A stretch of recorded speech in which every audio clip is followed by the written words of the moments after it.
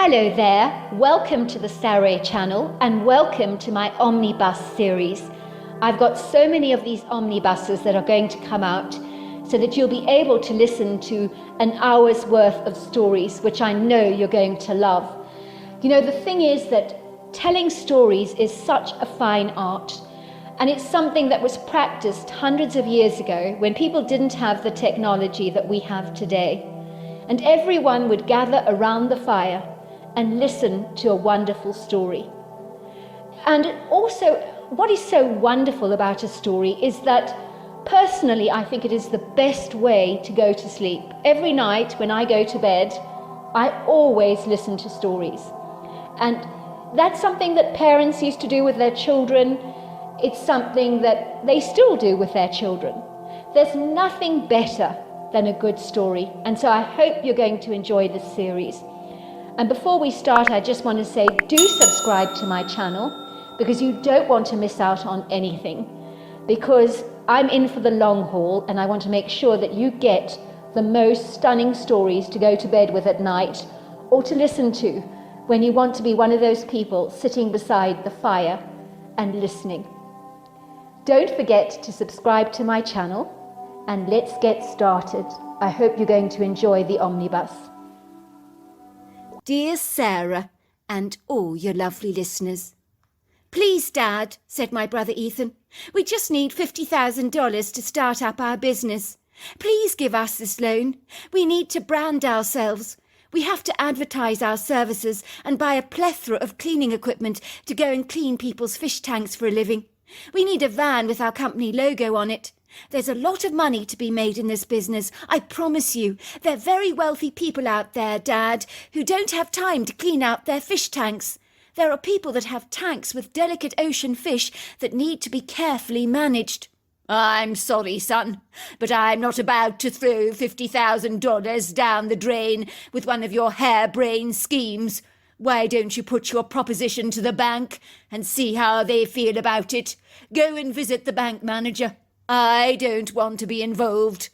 My poor brother Ethan looked like a deflated, punctured beach ball that had lost all its va-va-voom.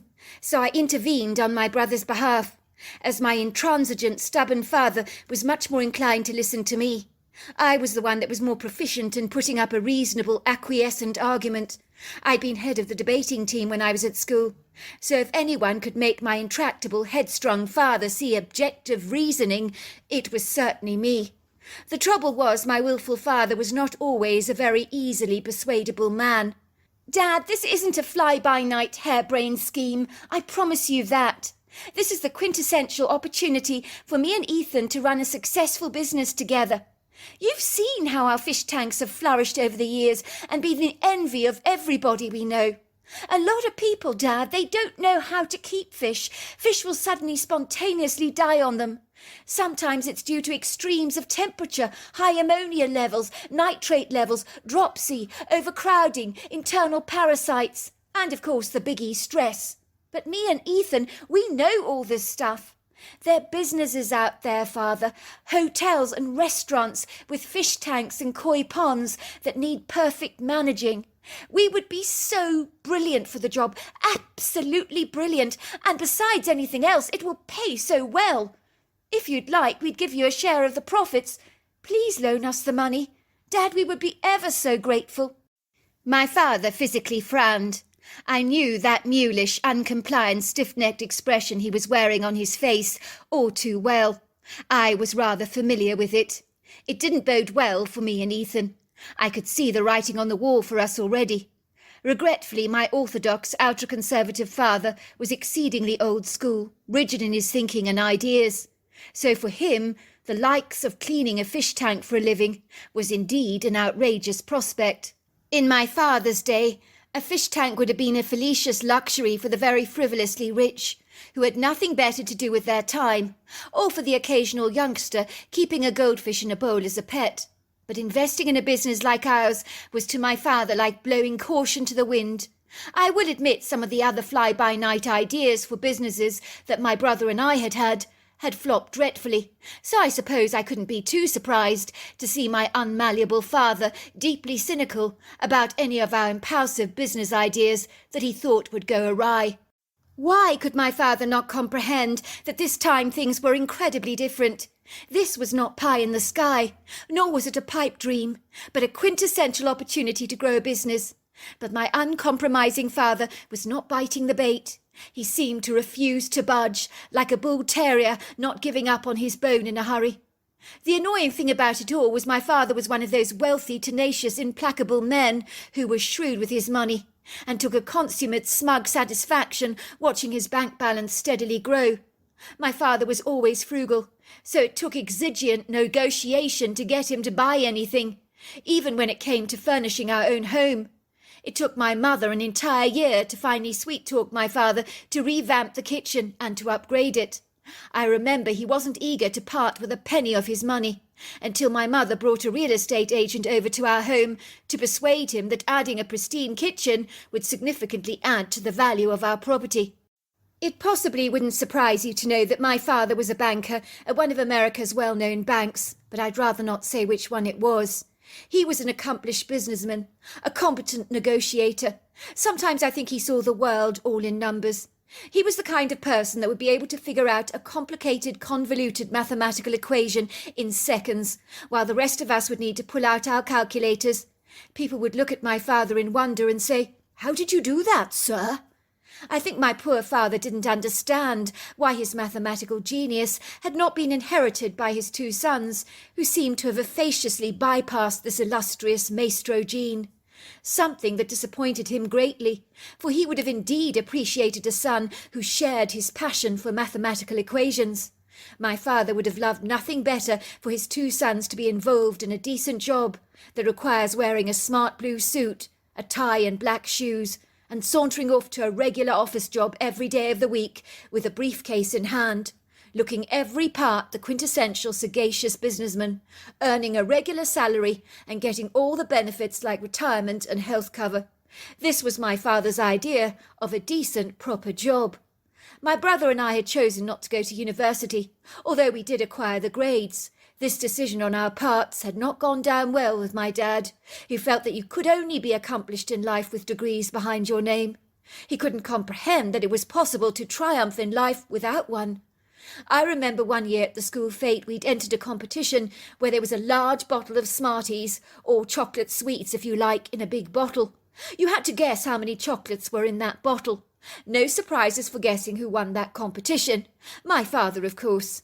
I remember he looked at the bottle, shook it a little, and said, "There's 10,280 Smarties in here. Give or say 1 or 2.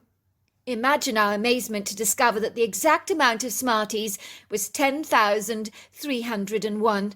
My father was exceedingly close. My mother, on hearing our conversation with my dad, asking him for a loan, graciously intervened on our behalf. She was very good like that, but my father could be as stubborn as a mule, and once he said no, it pretty much put a nail in the coffin for us. We would watch our dreams go flying out the window like a hot air balloon on the wind, or a firework cracker shooting up in the sky on the 4th of July.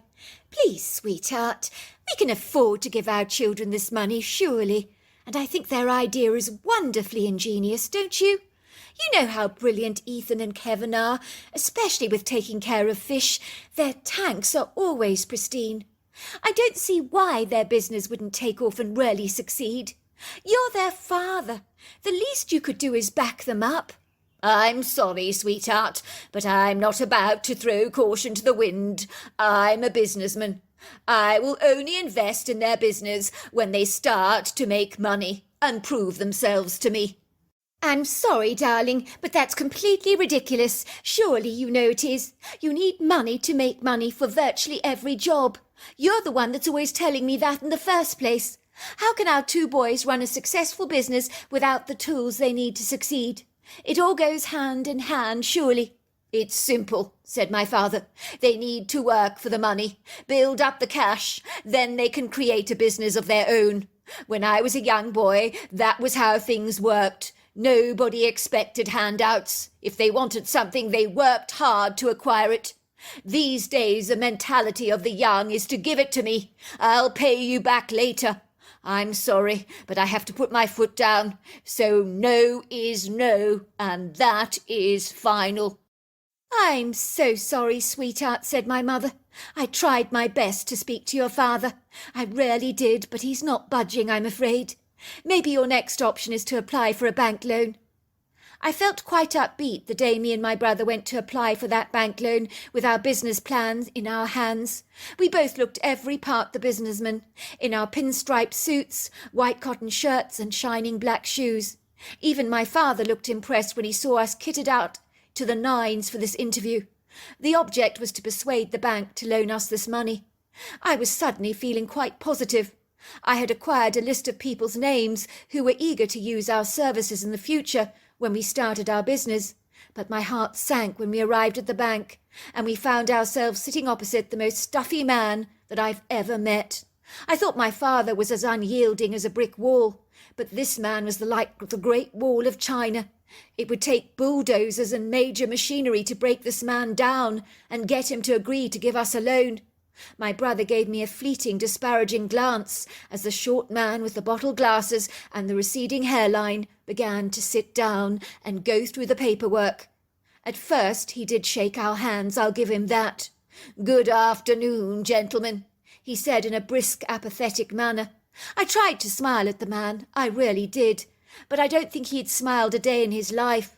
He wore on his face a fixed, indifferent expression, as I began trying to persuade him as to why the bank should lend us money for our inspiring business idea.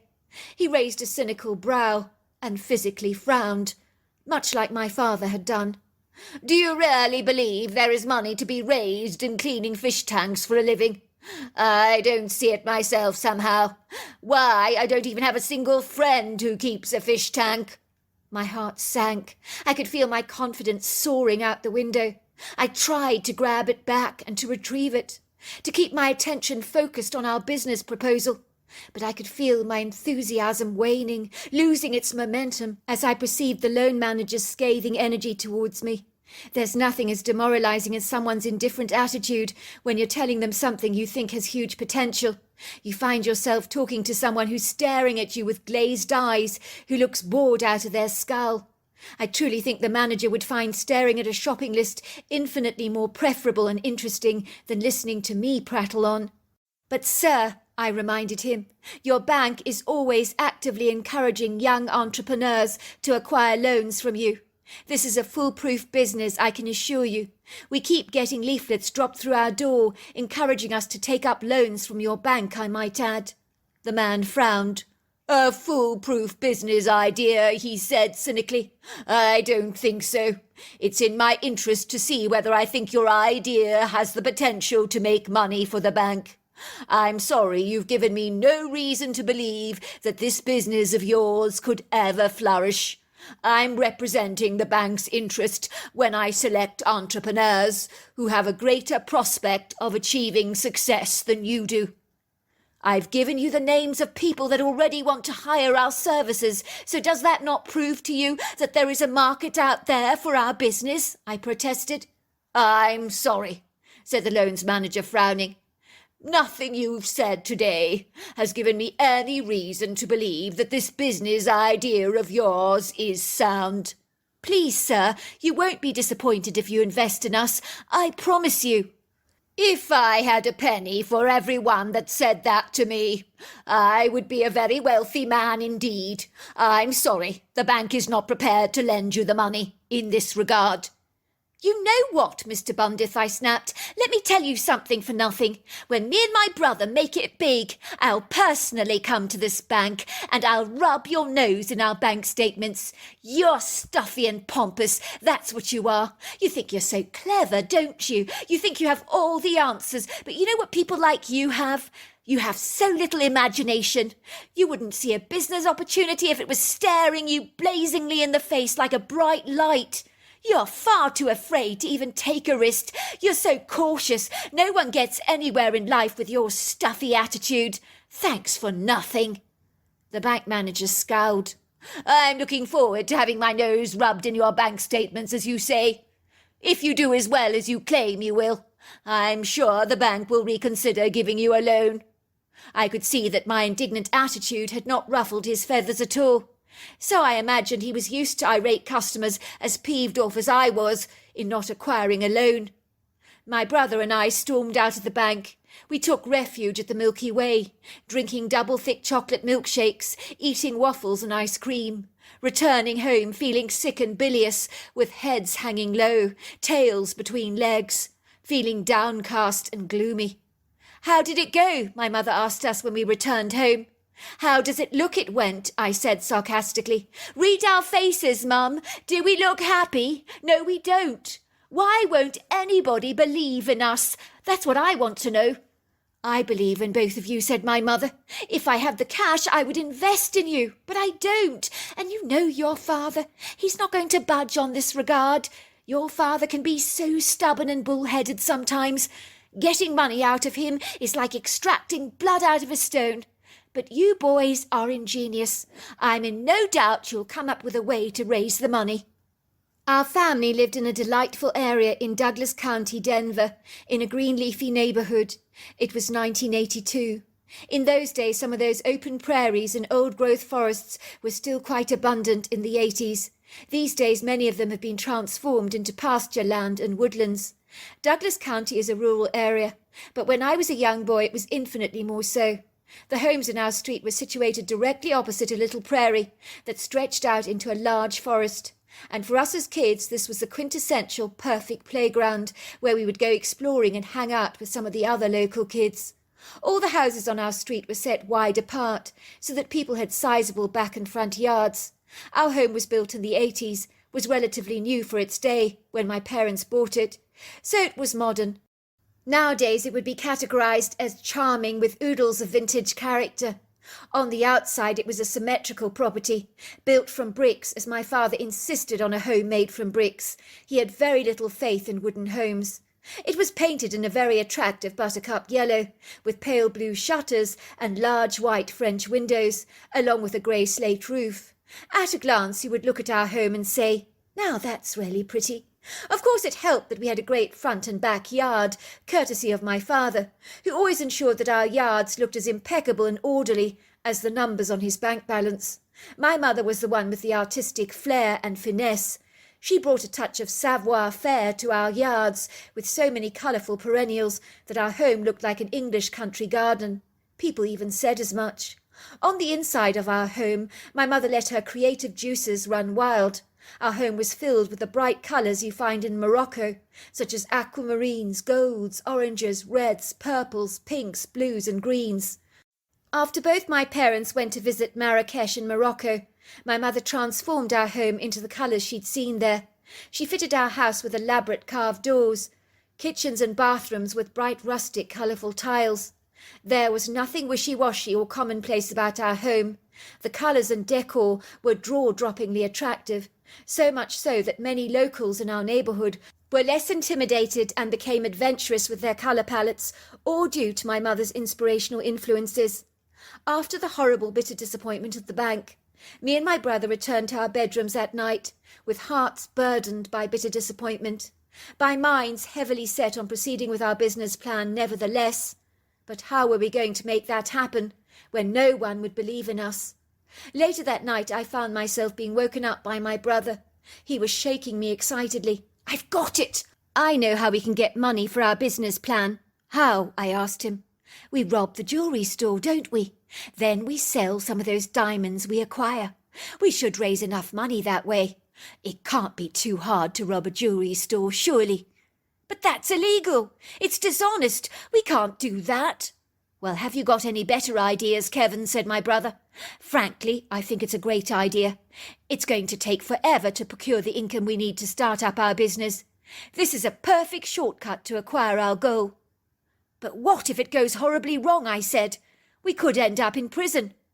"It's a question of handling things correctly. It's not rocket science. We go into the jewellery store at the end of the day, when things begin to quieten down. Most of the local shops are closing up for the night. We wear stockings over our faces, black clothes and gloves. We use Dad's revolver. We act tough and aggressive, like we really mean business. I'll do it. I'm a good actor. I'll even put on an English accent. I can play aggressive very well. Besides, I'm a lot bigger than you, so I'll be much more intimidating. We scare the manager, tie him up to a chair with rope. We break open the glass cabinets with a hammer, grab all the jewellery in a sports bag. We run out to the back of the shop, over the parking lot, into the forest. We will take the woodland trail there that leads to the prairie at the back of our home. We will come around the back way, hide the jewellery in the forest, return home to resume our daily activities. As far as Mum and Dad are concerned, we were at home all the time, for our cars will remain parked in the garage. No one will suspect a thing. The police will assume the robbers absconded in a car and fled. They won't think two people robbed a jeweller's and slipped into a forest. We can even shout, "Run to the car now," so that when the manager is questioned by the police, he will say they ran off in the car and drove away. It's called planting memories in people's minds, or the power of suggestion, and it works every time. That's all well and good, but what if they're customers in the store at the time? Well, we'll have to tie them up then, won't we? Bro, I'm not sure your plan is foolproof. My brother raised a sceptical brow. You're beginning to sound like that stuffy bank manager. Just think about it, Kevin. We'll be able to start up our business with the money we raise. The jeweller will have insurance. The only people out of cash will be the insurance companies. And let's face it, bro, those large companies screw people with their excessive premiums. All the giant corporations do, including the banks. They're the biggest thieves of all. People are completely clueless how much we are exploited by banks and corporations. The money we raise from that jeweller's will be a drop in the ocean to them. It rarely will. So in the end, no one loses, but we gain. Yes, but what about the shop manager? He might feel traumatised. Don't be ridiculous, bro. I won't terrorise the man. I'll be civil to him, that's if he cooperates. I do not know why I agreed to this nonsensical idea. I was not nearly as courageous and carefree as my brother was. I had possibly inherited a wee bit of my father's cautionary tendencies, but me and my brother had a dream. We wanted it to come to fruition, and we were impatient for it to happen. My brother was absolutely right. The jewellery owner would get reimbursed. The only people to lose out would be the insurance company. And let's face it, those large corporations are as greedy as hell. My father was already complaining about how much his insurance premiums were going up. Jolene's account. I had been working at the jewellery store part-time. On this particular occasion I was helping the manager display some of the new diamond pieces of jewellery in the shop window that we had acquired. Business had been brisk all day. Several married couples had come in to buy engagement rings. It had been a fulfilling day, but now I was feeling tired, so we were getting ready to close up, when all of a sudden 2 men came thundering into the shop, both wearing stockings over their heads, so we couldn't see who they were. I got the distinct impression the men were young, possibly in their late teens or early 20s, but they spoke with very distinctive British accents, so they were not local. I knew at once we were being robbed, and provided that we cooperated with the burglars, I knew all would be well and good. The larger man with the stocking seemed more aggressive of the two. "You need to cooperate, mate, or you're dead. Do you understand?" My boss nodded. "I want all the jewellery." He grabbed my boss by the shoulders and put a revolver to his head. I'll never forget Mr. Hershey's expression. The poor man was absolutely terrified. "Take anything you want," he said, handing the keys of the cabinets to the men. "I have a wife and kids. Please, please don't hurt me." I was standing there like a gormless idiot, unable to react in any way, when the smaller of the stocking men saw me and said to me gently, "I hope you don't mind, ma'am, if I tie you up." I thought he seemed ever so polite for a burglar, but I obliged immediately. I sensed these stocking men were not hardened killers, but I wasn't prepared to take my chances, because you can never be sure about that. I could see Mr. Herschel was trembling with fear. The men worked fast, grabbing all the jewellery. They dashed out of the shop. One of the men said, "Get to the car now." We waited a good 15 minutes until a passing stranger saw that we were tied up and came to our rescue. By that time, calling the police was a little bit late in the day, but we did anyway.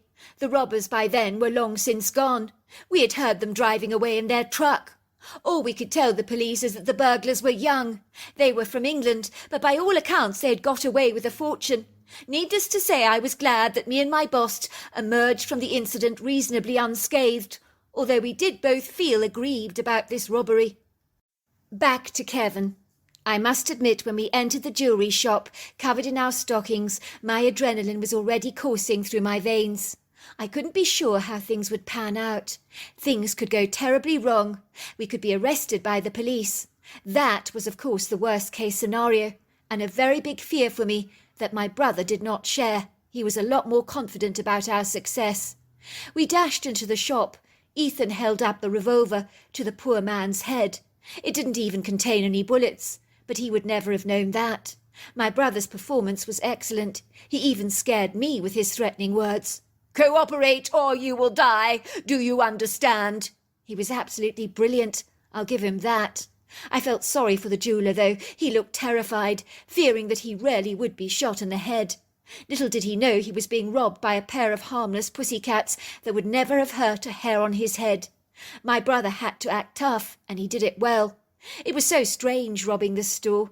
In truth, it felt like we were acting a part in a movie. I was almost expecting to hear the director say, "Cut! Cut!" It really was a buzz filling the bag with jewellery, rushing quickly out of the shop, through to the parking lot at the back, and then into the forest. This forest was indeed of a substantial size. It literally flanked a large area. We knew the path we would take that ultimately led to the prairie that was at the back of our property. Me and my brother continued to run, fueled by the adrenaline pumping through our veins, down the earthen path in the forest, where it was filled with a plethora of mixed trees, from Engelmans, spruces, Douglas firs, cottonwoods, bristle-toe pines, and white fir trees, many of them mature in years, others younger specimens, but they were green. The forest was magnificent. The floor was covered with ferns, wood sorrels, bleeding hearts, lily of the valley, miner's lettuce, and dwarf dogwoods, and many other wild creeping ground covers, while the large canopy above our heads gave us fleeting glances of the blue sky. The twinkling sunlight that filtered through the trees did so with a gentle, kind light, somewhat subdued by the shade. It was magically ethereal in its impression, as specks of this glittering light cast its pretty shadows on the flora and fauna. For a long time we never said a word, barely stopping to even draw breath. We continued to run. Finally we did stop. We took deep, grateful breaths, congratulating ourselves for a job very well done. But it would be in the days that followed that would determine if we got away with it or not, and that was the part that concerned us most. When we reached the wood grove that fringed the prairie, me and my brother went through the stash of jewellery we had gleaned, and it sparkled and glittered in the forest. It was magnificent. It felt as if we'd hit the jackpot, as this jewellery was worth a fortune. We were in no doubt about that. "I think we should leave the jewellery here in the forest just to be safe. We can come and collect it later this evening. We don't want to appear suspicious," my brother said. "Well, where are we going to hide it in here? Where?" I said, looking around the wood grove earnestly. "What about hiding it under Mr. Nosy Parker over there? He's our favourite rock. I'll try and lift him up a bit while you slip the bag under him. Then we can return home empty-handed, but we'll know where to find him tonight. It should be an easy find. No one will find our stash here." It seemed like a great idea to me. "Oh, there you are," said my mother. "I was looking for the two of you everywhere. Where have you been?" "We just went for a walk in the wood grove, that was all." "Something dreadful happened a while ago. I heard about it on the local radio a couple of minutes ago, actually. Can you believe it? The jewellers was robbed. Cleaned out they were, stripped of all their jewels." "Really?" I said. "That's terrible. When did this happen?" "About an hour ago, I believe. By all accounts, the thugs that broke in were menacing. They were wearing stockings, exceedingly aggressive, according to the poor manager. Threatened to kill him, they did. They weren't local, though. Very distinguished English accents, I gather. They tied up the poor manager and his assistant with rope to a chair. It was only a while later a local heard their cries and went to investigate. It would seem those louts absconded in a truck. They could be anywhere by now. The poor jeweller was so traumatised, poor man. He said the men were excessively violent, that he was certain that the big lout was going to shoot him in the head. He kept begging for his life, but the men showed him little mercy. He believes it's a miracle he's alive. The shop assistant remained very calm, and she refused to comment, so she must be a very brave young lady. I mean, I ask you, what is the world coming to these days when you get men like that, with not a shred of human decency in their soul? It's one thing to rob a jeweller's, but terrifying the poor jeweller like that, it's just not acceptable. I think many of the locals will be terribly upset over this report. Me and my brother gave sideways glances towards each other, knowing full well that as far as robberies go, this was not one that you would consider violent by any manner of means. But perhaps the manager enjoyed exaggerating the story, for it maximised the publicity he received. It was interesting that the shop assistant failed to say anything, possibly because she knew that the boss was talking complete poppycock, and was embarrassed for him. As you can imagine, over dinner that night, all our family could discuss was the atrocious robbery and the ghastly scoundrels that had stolen the jewellery. I realised if my mother ever found out her 2 sons were involved and responsible for this nefarious crime, she would possibly go into cardiac arrest. It would distress her that much. After my dinner, my brother informed me that he'd wake me up at midnight. We would slip out of the house to retrieve our ill-gotten gains. I couldn't wait. I don't want to leave our stash under Mr. Nosy Parker. That nose-shaped rock for too long, he said. We'll get it tonight, retrieve it, hide it in my bedroom. I've got an excellent place in mind for it. Then next week I'll try and find out how we can sell the stuff on the black market. It'll probably mean going out of state for a while. I was surprised when I went to bed that night, as I relived the sequence of events we had been through. It gave me a strange thrill, because like anything that involves a dare, like jumping off a cliff with a parachute, it's exciting when you do something you get away with. I was awoken in the late night by my brother. I could hear the excited thrill in his voice. It's time, he said, to retrieve our stash. I'm surprised you even got a wink of sleep, Kevin. I'm champing at the bit to get going. I can't wait to get my hands on the loot. I'm so excited. Imagine all those glittering diamonds. Have you thought about where we're going to hide the jewels when we get them home? I said. Yes, what do you take me for, Kevin? I thought it would be an excellent idea to hide them under a couple of the loose wooden panels that I have under my bed. What do you think about that idea? Sounds good to me, I said. I'm just relieved that the really scary part for us is over. But I'll tell you this, I ain't going to be doing this again. That's the problem with most burglars. They get greedy, and then it blows up in their face. They end up locked away in prison for years. If we get away with this, we can count our blessings, bro. But I ain't going to be doing this again. Do you understand, Ethan? I understand, bro. Now let's get cracking. Make sure you're as quiet as a church mouse. We don't want Dad to hear us. He could be a light sleeper. We don't want to raise their suspicions. I knew it would possibly be a little chilly outdoors, but we were not going too far.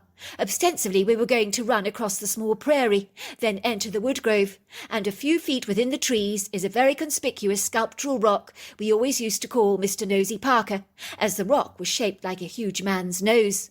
I quickly threw on a sweater, a pair of trousers and some walking boots, and me and my brother crept out of the sliding door on the back porch onto the wooden deck, down the steps, across the backyard, towards the open prairie. It was a tenebrous night, so thank God we were wearing headlamps. That's all I can say. There was a half moon that cast a few light shadows across the prairie. We could see tons of rabbits bounding and hopping around, eating the vegetation. We saw a lone red fox with a dead rabbit dangling from his mouth, like a dog's fluffy toy that's lost a bit of its stuffing. He glanced at us briefly, quickly dashing into the woods. It definitely felt chilly. It was a quiet, cold night, so I ran across the prairie to keep warm. It was kind of reassuring running through a field of rabbits with their big, bright brown eyes staring at us while they chewed the greenery. But it was when we reached the wood grove that things became infinitely more menacing. I couldn't fathom what it was, but a few deers quickly scuttled past us, almost brushing against us as they did, as if they were alarmed by something. They literally hightailed it across the prairie so incredibly fast. I was awestruck. I wondered if they were hankering around in our backyard, for we often had deer visiting us during the night. It seemed as if they barely even noticed our presence and didn't care about us at all, which was exceedingly odd. Then I saw about 6 raccoons darting through the woods at breakneck speed, dashing across the open prairie towards our backyard. And then the red fox we had seen only moments before, with the rabbit still tucked away in his jaws, running through the prairie. It rather reminded me of when you hear about elephants in Thailand sensing a tsunami on the horizon and dashing to higher ground as quickly as they can to escape the calamity, for the animals can sense disaster. It was as if some of the woodland animals were in a dreadful frantic panic and running from something. But what? That was the bewildering thing. When I glanced back at the prairie, I also noticed the rabbits were just dashing into their burrows as if they too were terribly afraid of something. When you see animals behaving like this, you sense something is seriously off. What are the animals running from? I asked my brother anxiously. You don't suppose a mountain lion is loitering around? Look, all the rabbits in the prairie have disappeared. The whole prairie is empty. Something's going on, Ethan. Don't you think we should have brought Dad's rifle, in case we end up encountering the cat? Look, there is no need to be so dramatic, Kevin. Oh, we need to get to Mr. Nosy Parker. We need to grab the bag under him and race back. It's not going to take us too long. So for goodness sake, get it together, bro. You're losing it. Yes, but if there's a mountain lion around, what if it starts stalking us, Ethan? Listen, Kevin, we're here now. Let's just get to Mr. Nosy Parker. Don't think about any cats. Don't think about mountain lions. Now, it's only going to take us a couple of minutes, so get a grip, bro. I don't know, bro. I don't feel good about this, Ethan. Something is seriously off. Stop overreacting, Kev. I've had just about enough of you. Everything is hunky-dory, trust me. You're letting your imagination run riot. Now get a move on, will you? You're walking like a sloth. You've just got such a downcast face. You look like you would scare a mountain lion anyway. As we made our way through the edge of the woods, suddenly the crickets and frogs stopped chirping. Even the insects had gone unusually quiet. What the heck was going on? Now the hair on the back of my neck was standing up on edge in prickles. The tall vertical trees began to swagger and swing like inebriated drunks as the wind whistled through the trees. It was a baleful, wailing sound that was so spooky it was making my nerves lose their calm. My feet tremble with uncertainty and trepidation as I pressed my soles on the earthen floor, crunching leaf litter beneath my feet. I told myself to get a grip, for my far more courageous daredevil brother had very little patience with my overcautious tendencies. I followed my brother into the woods, slipping behind him in a surreptitious straight line. That was when we heard what appeared to be a strange snorting sound that I think rather reminded me of a hog, but a much more pronounced one that suggested that whatever was making this sound was considerably larger in size than a hog. My brother beckoned for us to hide behind a tree that overlooked Mr. Nosy Parker. Something's there, he said, putting his fingers to his lips, indicating for me to switch off my headlamp, which I did immediately. It was rarely airy without the light of our headlamps, but the moonlight shadows from the open canopy cast a cascading light over Mr. Nosy Parker, which was very fortunate. And that was when we saw him. Bear in mind, this was the 80s. Me and my brother had never heard of Bigfoot before, so our eyes seemed to grow stalks as we fixed our stare on the strange, anomalous, incongruous creature that was ferreting around Mr. Nosy Parker of all things. I realised he'd seen a piece of material sticking out from the bottom of the nose like stone. It must have been the fabric of our bag. I remember he picked up the stone as if it was as light as a feather. And this stone, Mr. Nosy Parker, is enormous. It took all our physical strength to lift up just a corner of the stone to hide our bag underneath. I was so shocked by the creature that I was beholding, and desperately trying to fathom what he could be. He looked like a human being covered in long flowing hair, only he was built like a gargantuan giant. He had a gable-shaped head, and overlong primate arms, and very powerful shoulders. This thing was easily over 8 foot tall, possibly 600 pounds or more. His body was powerful, built like a machine. He would have made a large man look ridiculously lanky and small by contrast. I think in that moment my fear of this creature was confiscated by abject astonishment and wondrous awe. It was like I was in a parallel universe, observing a mystical creature of legend, but this thing was very definitely real. It was then, after the creature had lifted up the stone, I realised he had his hand on the bag that contained all our stash from the jewellery robbery.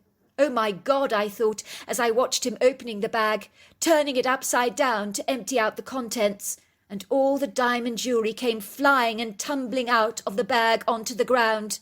This huge creature began to pick up the different pieces of jewellery and staring at the diamonds with an expression of absolute wonder on his human-like face. The creature kept going, "Ah!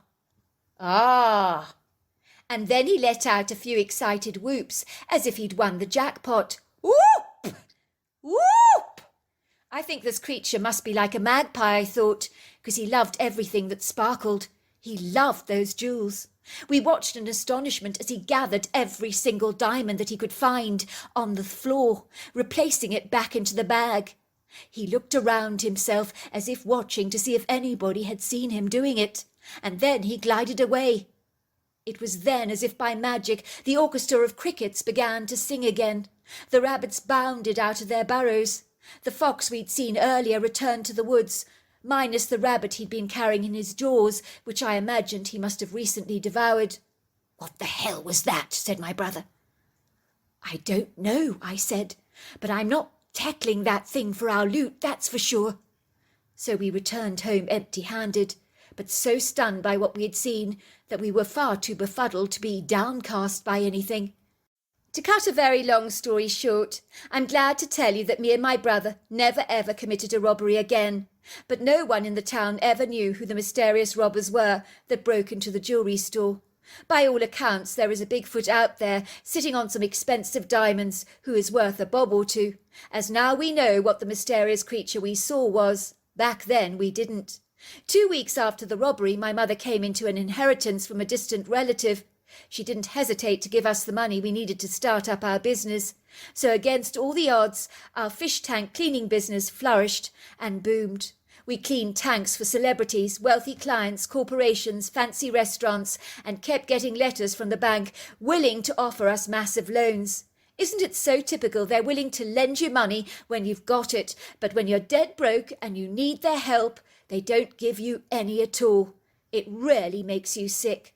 I never did rub the bank manager's nose in our accomplishments, as I had threatened to do. I did make it up to the jewellery store, though, as they were fully compensated by the insurance company, but I told the manager I'd like to put a tropical fish tank into his store to attract clients for free, under the rule that we would put our names at the bottom of the tank in order to attract business for ourselves. In reality, it was me and my brother's way of making restitution to him. I started dating the manager's assistant in the shop, who I'd tied up in the robbery, and today we are now happily married. The manager claimed that our fish tank had literally tripled his sales figures, as people would come into the store to admire the fish tank and then spot a diamond necklace in a glass cabinet that they had to have. So in the end, everybody was a winner, but most especially the hairy man. My word of advice is to anyone, don't you ever do what we did. It's not worth the risk. We were lucky we never got caught. But these days, with all the CCTV cameras, you're very unlikely to get away with your crime, and you could end up serving time. We were lucky to get away with it, and we would never have resorted to such desperate measures if that stuffy bank manager might have put a little faith in us in the first place, but that was way too much to ask. All I can say is thank God we never got caught, and I would never in a million years do something so reckless again. But there you are. That's my story. Dear Sarah, and all your lovely listeners, there were no signs on the horizon that this day for me would be any different to the next, much like the devastating day when the Twin Towers came crumbling down in New York City. By all accounts, the day started like any other, as the people bustled happily around the city, making their way to work, picking up their regular cup of coffee from the cafe and a donut from their favourite bakers, as they sauntered off to work, never perceiving for a moment that New York City was hanging by a hair's breadth on the precipice of a looming catastrophic disaster, when something calamitous would happen that would invariably shake the world to its core, and nothing would ever be quite the same again. In the dreadful, direful, woeful aftermath, many of us lamenting Americans began to taste the pernicious, repugnant, vile flavour of evil as we watched the spiralling smoke billow out the rubble of what remained of the two great towering landmarks of the southwestern tip of Manhattan near the Hudson River, a few blocks northwest of Wall Street in New York City, the familiar imposing silhouettes that would never grace the skyline again. Some would swear that within the smoke itself they saw the iniquitous shapes and faces of demons, and when I myself viewed the ungodly footage, I could not dispute their claims. It was like that for me, a benign, regular day that seemed as normal as any other, but for me this day would end up being a Twin Tower event on a personal level that would shatter me to my very foundations. The frail, slender scaffolding of my human body would similarly come crumbling down in a pathetic, towering heap, much like the Twin Towers had done. Soon I would become blazingly aware that there is evil living among us, surreptitiously hiding in the dark shadows, trying to appear innocuous, temperate, and invisible, but in truth it is anything but. Just because you cannot see it does not mean it is not there. Sometimes this evil rises like the billowing smoke of the Twin Towers and latches on to the unsuspecting stranger, seizing them unaware with her duplicitous cunning until you're crying out for help as she presses you down with her suffocating arms, desperately trying to squeeze the breath out of your lungs so that death may become the victor and you the unsuspecting victim. Well, that is what it was like for me on the day when my intuition had been so easily fleeced. I had been oblivious to the impending danger that would unhesitantly overtake me on the wind like an owl swooping down to grab an unwary mouse, in the blinking of an eye, for that is all it takes.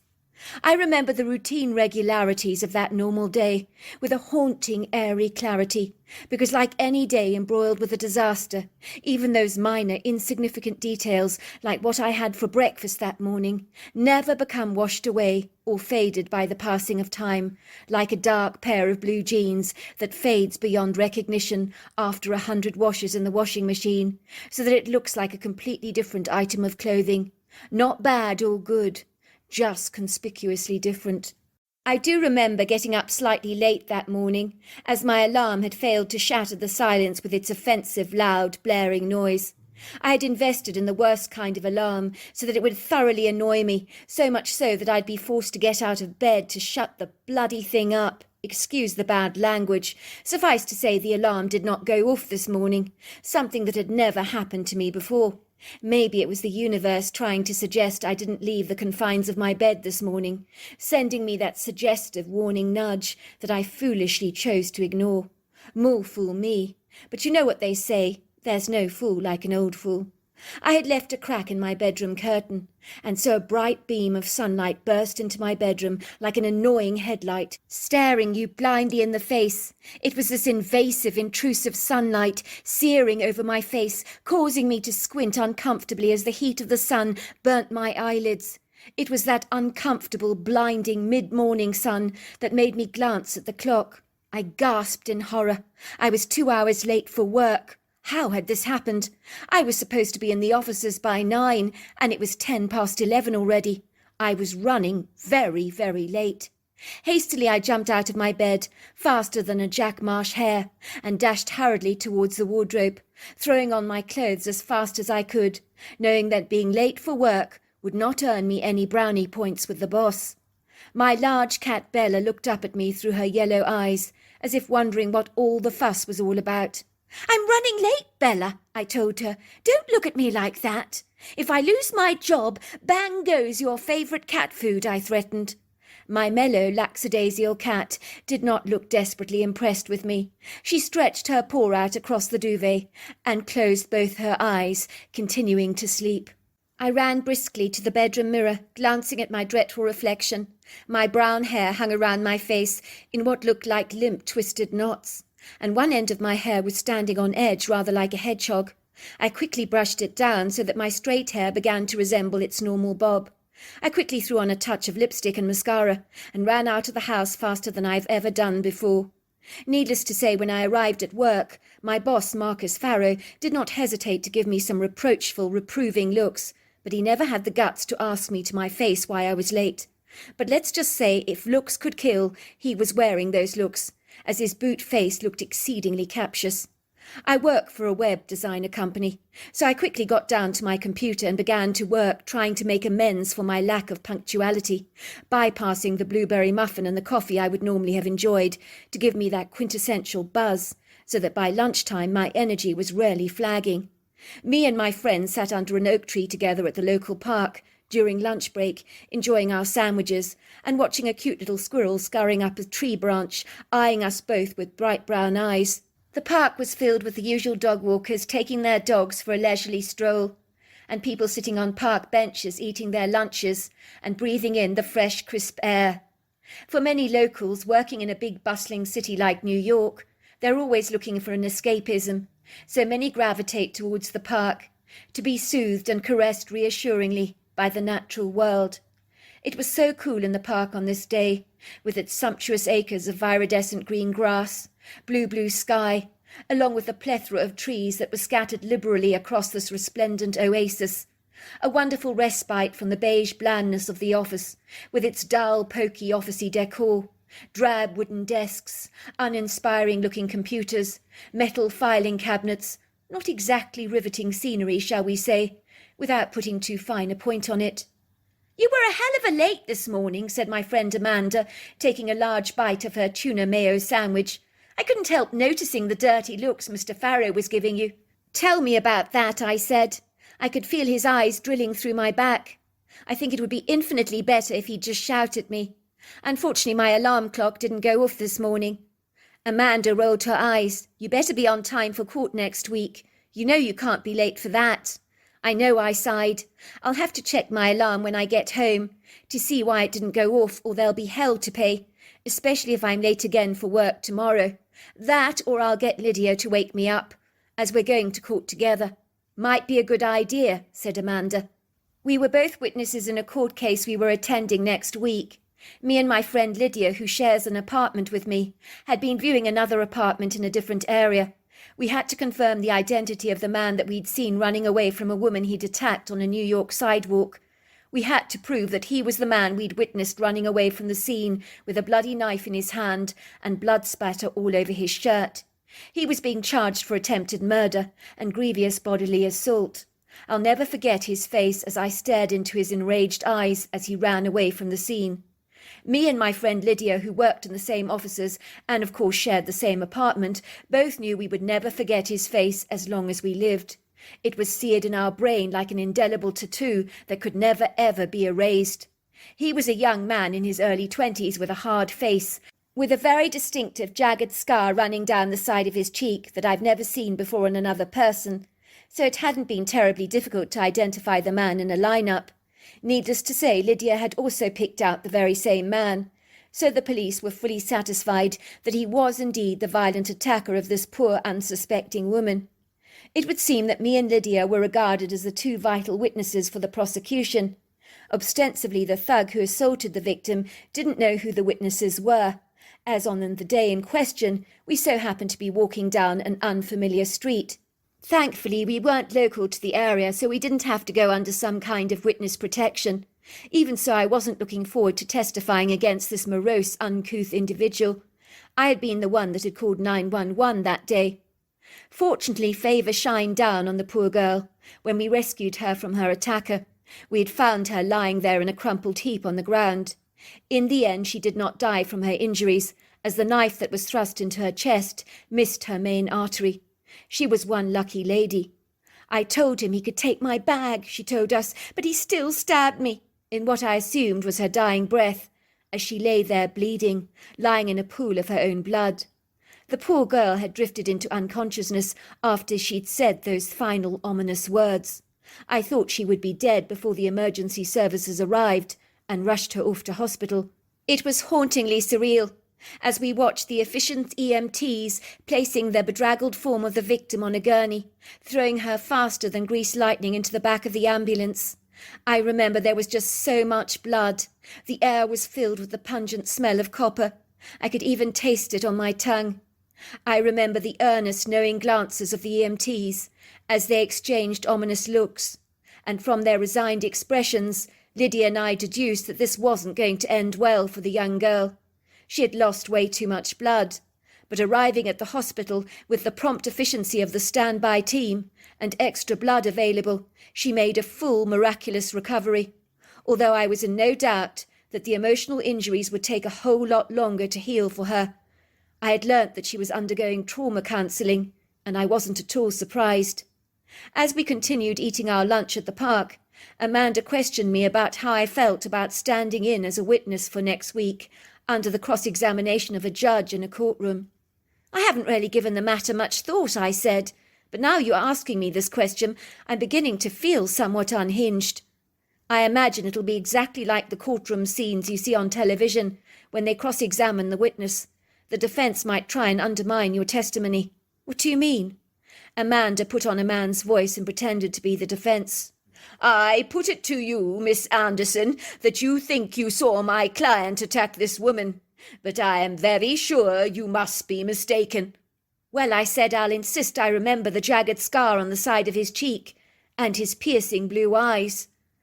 I don't mean to scare you, said Amanda, but I just need to warn you these defence lawyers can get terribly nasty, and when I say nasty, I mean vindictively nasty, so you need to watch your back and make sure you don't allow the man to intimidate you too much. The whole object is for him to make the jury doubt your testimony. He may even try and undermine you as a person, so that the jury will doubt your credibility. They're very good at doing that. Well, I don't see how he can do that. I've never broken the law or been arrested for being intoxicated, so I'm not exactly the defence's best friend. Even so, they have their ways of discrediting a prosecution witness and subverting their character, so you must watch out for that. How does Lydia feel about testifying? Well, she's not feeling good about it at all. She thinks we should have undergone witness protection anyway, but we weren't local to the area, and I very much doubt the man would even remember what we looked like, or even where we live. Oh, I wouldn't be sure about that, said Amanda. You can never be too careful. You both need to watch your backs, and I mean that. Well, Lydia's got to be in her bonnet about it. She's convinced she's being stalked. Amanda grimaced. That is not good. I don't think Lydia would imagine that, surely. I think you can sense if someone's following you. You have a sixth sense about things like that. In the circumstances, you would be well advised to go to the police to express your concerns. If Lydia feels she's been stalked, they'll take the two of you very seriously and immediately put you under witness protection. I think they should have done so anyway. You can never be too careful these days. Some of those criminal types have these guileful ways of shutting up witnesses. So from the sounds of things, you really both need to tread very carefully. I'll discuss it with her tonight when we walk home together to our apartment. Sounds like a jolly good idea to me, said Amanda. I must confess I hadn't given the court case much thought, but after Amanda's inauspicious, somewhat baleful warnings about Lydia potentially being followed, I was beginning to feel rather concerned. It was late in the afternoon when we were both walking home together to our New York apartment. I began to tell her all about what Amanda had told me. She doesn't think you're imagining things, I told her.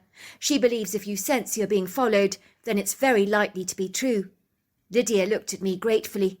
So you believe me now too, she said, her blue eyes growing earnest. I promise you, at lunchtime today when I went to that local cafe I usually go to for lunch, I saw a man with a hoodie. He kept a distance behind me, but he followed me into the cafe. And when I went to sit down at a table, I could see him in my peripheral vision, and he was watching me. He really creeped me out. But when I turned around to look directly at him, he looked another way. He was talking on his cell phone while he was looking at me. It was like he was up to no good. I had chills in my bones. What did he look like? I asked. Well, I couldn't see him. I mean, it was a fine day and he was wearing a hoodie. I mean, who does that? Someone who doesn't want to be noticed, I said. Are you kidding me? Laughed Lydia. What could possibly be more conspicuous than wearing a hoodie on a bright sunny day, I ask you? I even heard one man saying to him, "What's your problem, bro? Are you living on another planet? It's a sauna outside and you're wearing a hoodie." What did he say? He said, "Piss off, you wanker." The man responded in kind and said, "Ditto to you too." Sounds like a nasty piece of work, I said. What horrible, nasty language to use. What you're saying to me, Lydia, is very unsettling. We need to go to the police to report this chap, whoever he is. It was late afternoon, but was still bright, cheerful and sunny on the street that was prettily lined with tall, statuesque oak trees that were swaying their boughs in a soft afternoon breeze. Then it happened. A powerful off-road vehicle with hefty tyres accelerated his engine. I could hear the brrr sound. It bypassed the asphalt road, plunging onto the pavement, heading directly towards us. There was no escape, except for us to back into the red brick wall. Then the mysterious vehicle, with its powerful, thick rubber tyres, crushed everything in its wake, went thrusting right through us. The entire brick wall came tumbling down into a heap of crumpled bricks. I remember screaming, "Oh God, please no!" And then I recall nothing after that, apart from faint cries, ambulance sirens, and hearing a doctor in accident and emergency asking him if I could hear him. I tried to nod, but I couldn't. A year later, after this harrowing ordeal, my life had irredeemably and irrevocably changed. The ill-fated accident had severely impacted my life, and not in a good way either. I had suffered many broken bones, a bad concussion in the accident, as well as traumatic head injury that terminally, irreversibly perforated and damaged my eardrums, and blood flow to the cochlea had also been thwarted. Then there were small bones in the middle ear that had been severely damaged, as well as abrupt changes in the sequence and flow of air pressure in my ears. Suffice to say, I had walked away deaf in both ears, and now had to live my life as a deaf person. I also suffered from frequent dizzy spells and issues with balance. As for Lydia, she didn't get away so easily, as she died on impact. We couldn't prove anything, but it was expediently convenient that a powerful off-road vehicle plunged through 2 witnesses for the prosecution that would be testifying in court the following week. The vehicle had simply failed to stop, driving away into the late afternoon as if nothing had happened, much like a hit and run. It would seem local witnesses had reported a dark, powerful vehicle with massive tyres and blacked-out windows literally accelerating off the road onto the pavement, plunging right into the 2 of us with a forceful impact, and then absconding from the scene faster than greased lightning. It was definitely deliberate, the witnesses had explained. It didn't look like an accident. I was convinced that we had been mown down by thugs who were determined we would not be able to testify in the trial the following week. Without any real witnesses coming forward, the man who stabbed that poor woman with the full intention of murdering her had got away with his insidious crime. I was to learn he had run off with her purse, containing $2,000 in cash, which he had taken out of a bank ATM only moments before. I think he must have been witness to this transaction, and was determined to mug her as a result. I was certain Lydia was absolutely right. She had been followed. None of this would have happened if we had been under police protection. My life was filled with so many regrets and what-ifs, but my trauma counsellor had advised me that I couldn't punish myself for what had happened. "Tanya," she had said to me, looking at me with a stern expression on her face, "I hear this all the time from my clients. If only I had done this and not that. If only I had listened or paid attention. If only I hadn't reacted so impulsively. If only I had this. If only I had that." I hear all my clients use the "if only" word as if it's seared on their soul in blue ink. Now, Lydia, if only is a very negative word. How is it ever going to help you? You have to accept what's happened and move on with your life. Acceptance is key, for if you fail to accept, you'll be stuck in a bubble of depression that will rob you of embracing life with both of your hands. You're alive, and that certainly is something to celebrate. Yes, you're deaf, but it could have been a whole lot worse. Instead of looking at a cup half full, embrace the positives. You're alive, you're healthy, you're well, you can see, smell and touch. Those are positive things worthy of celebration and gratitude. It's all right for you, I protested. You can't imagine what it's like to be deaf. My entire life has been turned upside down and back to front. I don't hear a thing anymore. The only thing that wakes me up in the morning is a vibrating alarm clock that flashes like an ambulance light. I've had to learn sign language and to read people's lips, and that's terribly difficult. But my whole world is so quiet now. You can't imagine what life is like in a soundless world. Sometimes I just want to scream. Good, Tonya. I'm glad you're finally expressing your feelings. That's terribly important. You definitely need to vent your anger. Release all your frustration. But you must accept that you're deaf now. I can imagine it's a huge adjustment to have to make. It can't be easy living in a soundless world. But there's no reason why you cannot have a very good and full life. Many deaf people are very happy indeed. Well, I lost my job as a web designer. Now that wasn't fair. Mr. Farrow, my boss, said I had to speak to my clients on the telephone, and if I couldn't hear what they had to say, there was no way I could keep my job. Yes, I agree. It is an unfair world. We live in an all-seeing, hearing world that doesn't necessarily accommodate the hard of hearing or the hard of seeing.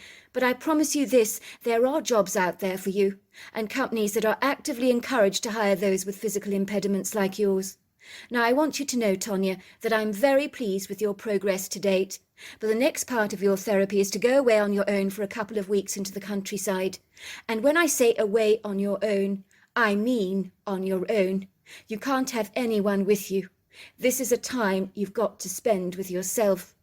But why? What good would that do? It's a whole lot of good for you, Tonya. I find when my clients go away for a couple of weeks on their own to the countryside, or to the Oregon coast, the choice is yours. They come back transformed, regenerated, and so much more positive about their lives. I want you to take long walks in nature, study a butterfly darting from one flower to another, run your hands down the bark of a tree, smell a rose, watch a bird tweeting on a branch, allow the soft sunshine to warm your back, soak in the beautiful views. I still don't get why you think it would be a good idea for me to go out into the natural world. Because I do, said my trauma counsellor. I want you to trust me on this, Tonya. I'm of the firm opinion that the natural world is the greatest healer of all. She works on us in a unique way.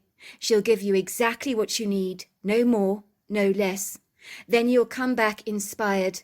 You will resume your therapy. But nature can do so much more for you than I ever will be able to.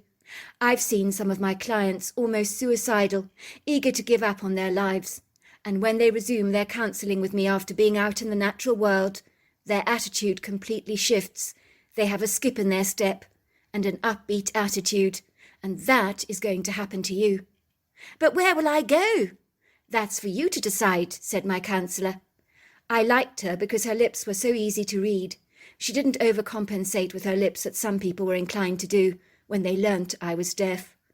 Why don't you go online? See if you can find a location that tickles your fancy. That's your homework tonight. I'll see you when you get back, Tonya. Have a fabulous trip, she said. And that was that. Hence I was now in the resort town of Banff, which is in Alberta, Canada, located in the Banff National Park. It is the stupendous mountainous peaks of Mount Rundle and Mount Cascade, part of the Rocky Mountains, that dominate the skyline. I was standing on Banff Avenue, which is the main thoroughfare, where there are boutiques, restaurants, chateau-style hotels, souvenir shops, and so much more. The vast area of parkland is home to a wonderful mix of wildlife, from elk to grizzly bears, and the list goes on and on. I had decided to come here based on all the pictures I'd seen online that had hijacked my attention with a wondrous awe. For the aquamarine lakes, hot springs, and intoxicating mountain scenery rarely held my appeal. I was here in Banff shopping for essential supplies, after which I had booked myself into a remote wooden cabin. I was already feeling butterflies of excitement in my stomach that were flapping around my belly. I marvelled at the exquisite transfixing views of this marvellous place. One thing I'd noticed about becoming deaf is that my senses had sharpened immeasurably, as if to compensate for the shortcomings of my hearing impediment. My sense of smell had become extraordinarily pronounced and very sharp. so that the delicious smells of cinnamon buns that wafted down the street were so pronounced I literally followed them all the way to the bakery, and I couldn't resist buying half a dozen cinnamon buns. I could smell the flowers in the window boxes before I'd even seen them. Before I was deaf, I don't think I would have noticed them at all. The town of Banff was exquisite, a rarely beguiling mountain town that is postcard perfect, the kind of place you see on boxes of Swiss chocolates. It's just that beautiful, with the chalet-style shops, the huge colourful window boxes on the edge of the pavements full of spring flowers, the interesting eclectic shops, and those arresting mountain views set against a cobalt blue sky. There's only one word to describe it, and that is breathtaking. I was beginning to comprehend why my trauma counsellor had sent me to the countryside. I was feeling much more positive about my life. I had even brought myself a pretty summer dress from one of the boutiques, soft flowing, loose fitting. The shop assistant had told me that I looked $1 million. I love loose clothes on slender people like you, she said. You look absolutely terrific, and the white cotton looks fabulous with your dark hair. Has anyone told you that you bear a striking, remarkable resemblance to the Duchess of Cambridge, Prince William's wife? Only you're a lot prettier and your hair shorter. Thanks, I said, my face beaming with the compliment. I mean, who doesn't like being compared with a princess?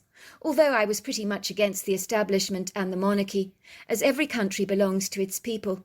It's the job of the establishment or the elected presidential party to do the will of the people, not the other way round. Sometimes many of the people in power seem to quickly forget that. I was soon buying some groceries at the store, and I waited for my taxi to collect me. Thankfully, he was right on time. The kind, very attentive taxi driver had helped me collect all my shopping and the baggage that I'd left in a public locker and put it into the back of his trunk. Then there we were, out on the open road, well on my merry way to the mysterious cabin I'd booked. "I understand you became recently deaf," said the taxi driver, when his car had reached a stop sign so he could turn around for me to read his lips. "What is life like living in a world without sound, I wonder?" I was impressed, as no one had really asked me that question, or even grasped the gravity of what it was like living without sound. It's a huge adjustment, it really is. I don't know how to describe it to you, but it can feel awfully lonely at times. It's rather like watching a silent movie every day of your life. I miss the sound of voices, music, birdsong, and even sounds that warn you about impending danger. It's been difficult living in a soundless world. When the taxi driver got to the very next stop, he turned around so I could read his lips. "I imagine it must be very challenging, in effect overhauling your entire life and adapting to a new way of living, especially for one who has the ability, or who had the ability, shall I say, to hear before. In a way, someone born deaf doesn't know what they're missing, as they were born that way, so they don't know any different. But you know what you're missing, so that is exceedingly hard. I commend you, young lady, for your incredible courage." "Thanks," I said. "That's very kind of you to say. My trauma counsellor keeps telling me we need to learn to accept change, for it happens to us all in our lives. Moving house, for example, losing a loved one or a pet. She says change is a quintessential part of life that we all need to embrace." "She's not wrong about that, love," said the taxi driver. "I should know. I've been divorced twice. I came from a broken home myself. I had 2 stepmothers. I've moved to 3 states over the last few years. I lost my mother to a brain aneurysm 2 years back. So change is my middle name. It happens to us all. None of us can actually avoid it." The taxi driver travelled down many dirt roads, surrounded by undulating embankments scattered with larches, pines, and aspen polar trees, along with pretty flowering meadows, beguiling mountain views. We took a turning down a road that curled through the valley, and the taxi driver stopped to allow a herd of elk to scatter across the road in a group, many glancing at us briefly. In my humble opinion, they seemed remarkably tame for wild deer, as if they weren't unused to humans. "Just to let you know, we're nearly there, love. Do you realize the cabin you have booked is out in the middle of nowhere?" he said, turning around to look at me, while he momentarily stopped the car so that I could read his lips. "You're not going to feel a bit isolated out here. A young girl on her own," he said, looking genuinely concerned. is a little bit of a concern for me." "That's the whole idea of me coming out here," I assured him. "My trauma counsellor is most insistent of me being out in nature on my own. She says that nothing heals as much as the natural world." The taxi driver reflected about it for a moment. "I think I would hasten to agree with your therapist. If there's any place that is going to heal you, it's here in Banff. When I moved here from Atlanta, I will tell you something. I was on the brink of despair after my second marriage collapsed. The wife was cheating on me. I was devastated, as you can imagine. But when I moved out here, the beauty of this place changed my life." It wasn't long before the taxi drove up this precipitous hilly incline. Up and down it went, as its wheels rolled smoothly down the hilly terrain with effortless ease, until finally the road narrowed towards a gravel path that finally meandered towards the cabin. In my opinion, the cabin, although twee, resembled a Swiss chalet in every regard. It looked whimsically enchanting all on its own, in the heart of this arresting valley, surrounded by viridescent rolling hills, fields of sagebrush, meadows, and a plethora of pretty towering alpine trees that sprawled out into a vast area of wood green, where I could see there were some steep walking trails that looked very inviting. I felt as if I was being welcomed by the trees and the flowers, blanketed by this charming oasis, cushioned cosily by its sumptuous persuasion. The taxi driver helped me with all my baggage and groceries, I'm glad to say. "I think it's very beautiful here," he said. "Are you sure you won't get terribly lonely?" "I'll be absolutely fine," I assured him. "I've brought over a dozen books to read with me. If I need a change of scenery, I'll SMS the taxi service and take a trip into Banff to do a spot of shopping. There's electricity in the cabin, so I'll be able to get a Wi-Fi connection." The taxi driver gave me his card. "Good. Then you can give me an SMS if you need to go to Banff." I thanked the taxi driver, watching him driving away in his taxi, until his vehicle was a tiny speck on the horizon. Then I took the key from under the welcome mat, turned it in the lock, opened the door, and surreptitiously entered the cabin. I gasped at its coziness. It was as snug as a bug, so inviting on the inside, as much as it was on the outside. Suddenly the idea of having this place surrounded by all these enchanting views all to myself seemed very appealing indeed. It was like having a whole chocolate cake to myself, instead of just a measly slice. I felt spoilt and privileged to be here. I was so glad I'd come. The cabin was open-plan living at its finest, with a sweeping staircase that led up to the 2 upstairs bedrooms, and a balcony that overlooked the most magnificent views. The bedrooms possessed the most enormous king-size beds, with mattresses that you could sink into like soft beds of feathery down. It was like no expense had been spared to make this enchanting cabin as luxurious as possible. The white bed linen was made from the finest Egyptian cottons, the duvets and pillows were goose down, and there was a plethora of different shades of white that complemented aquamarines and golds in a colour palette that enhanced the dark wood. The results were phenomenal.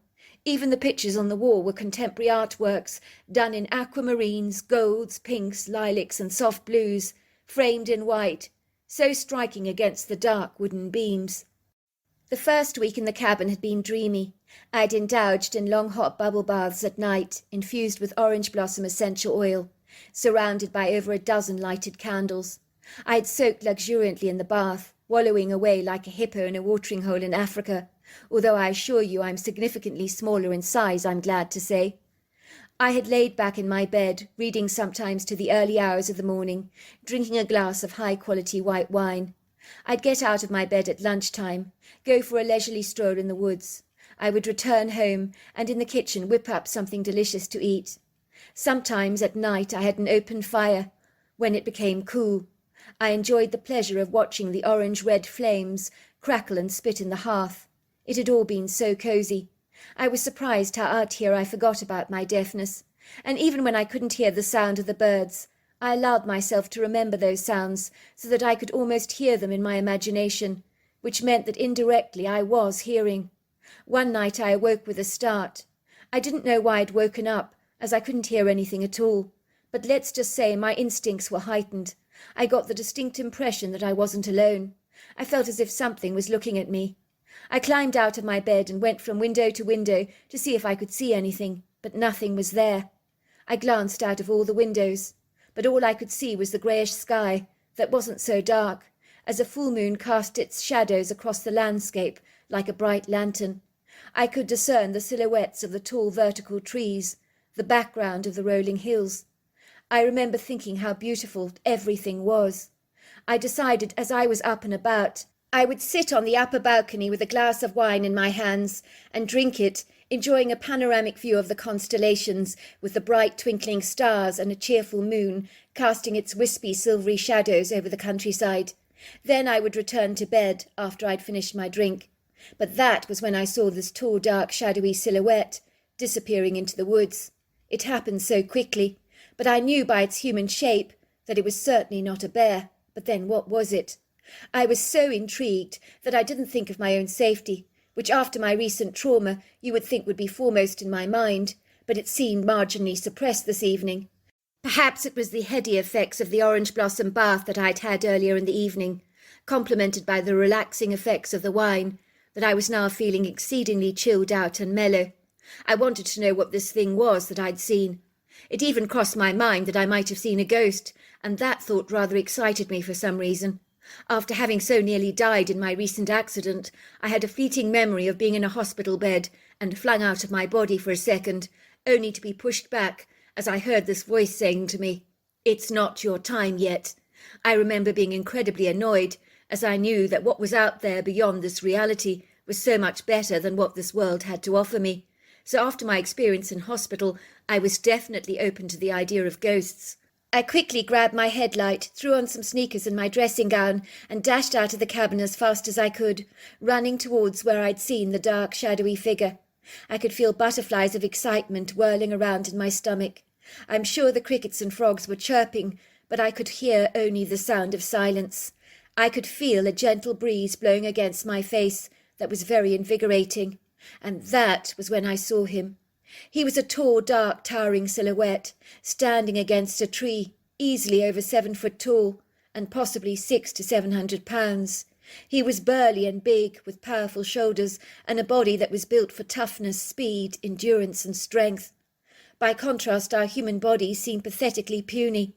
He was covered with long, flowing, dark hair, and possessed a human-like face with high cheekbones and a very defined square jawline. But it was his brown eyes that consumed my undivided attention. They were like liquid pools of unconditional love. I realized with reverent horror that I was actually looking at a Bigfoot.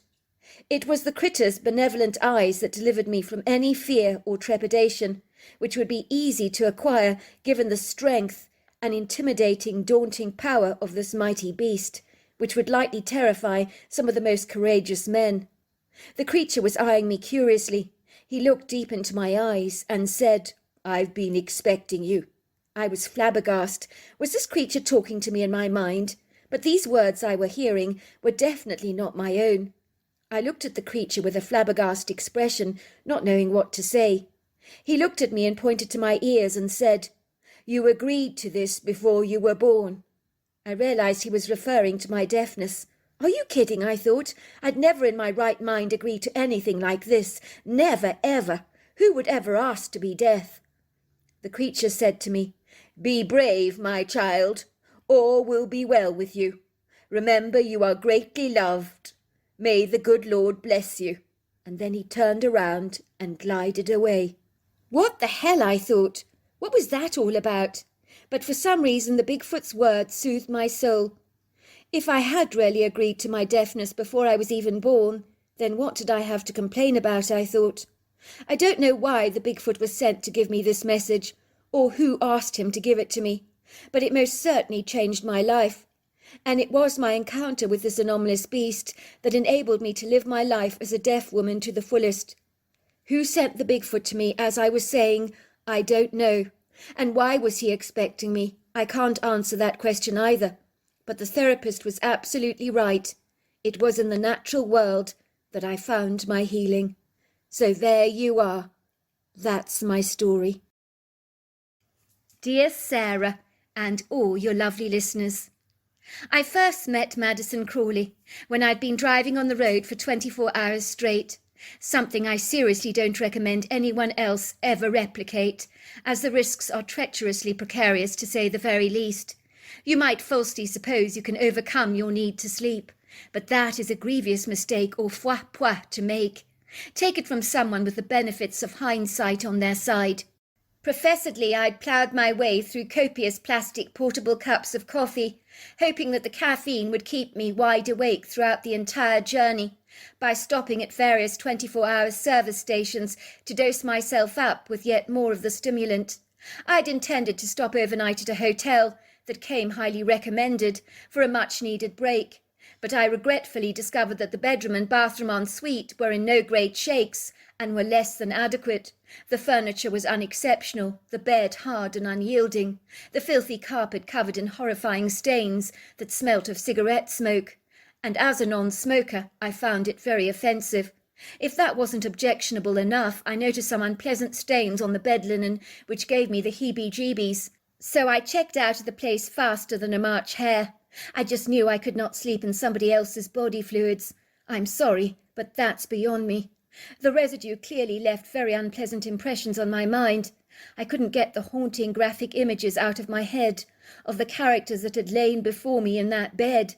So even though I was exhausted and exceedingly fatigued, I decided if I revved up my system with a superabundance of caffeinated coffee, I could make my way back to Portland in one piece.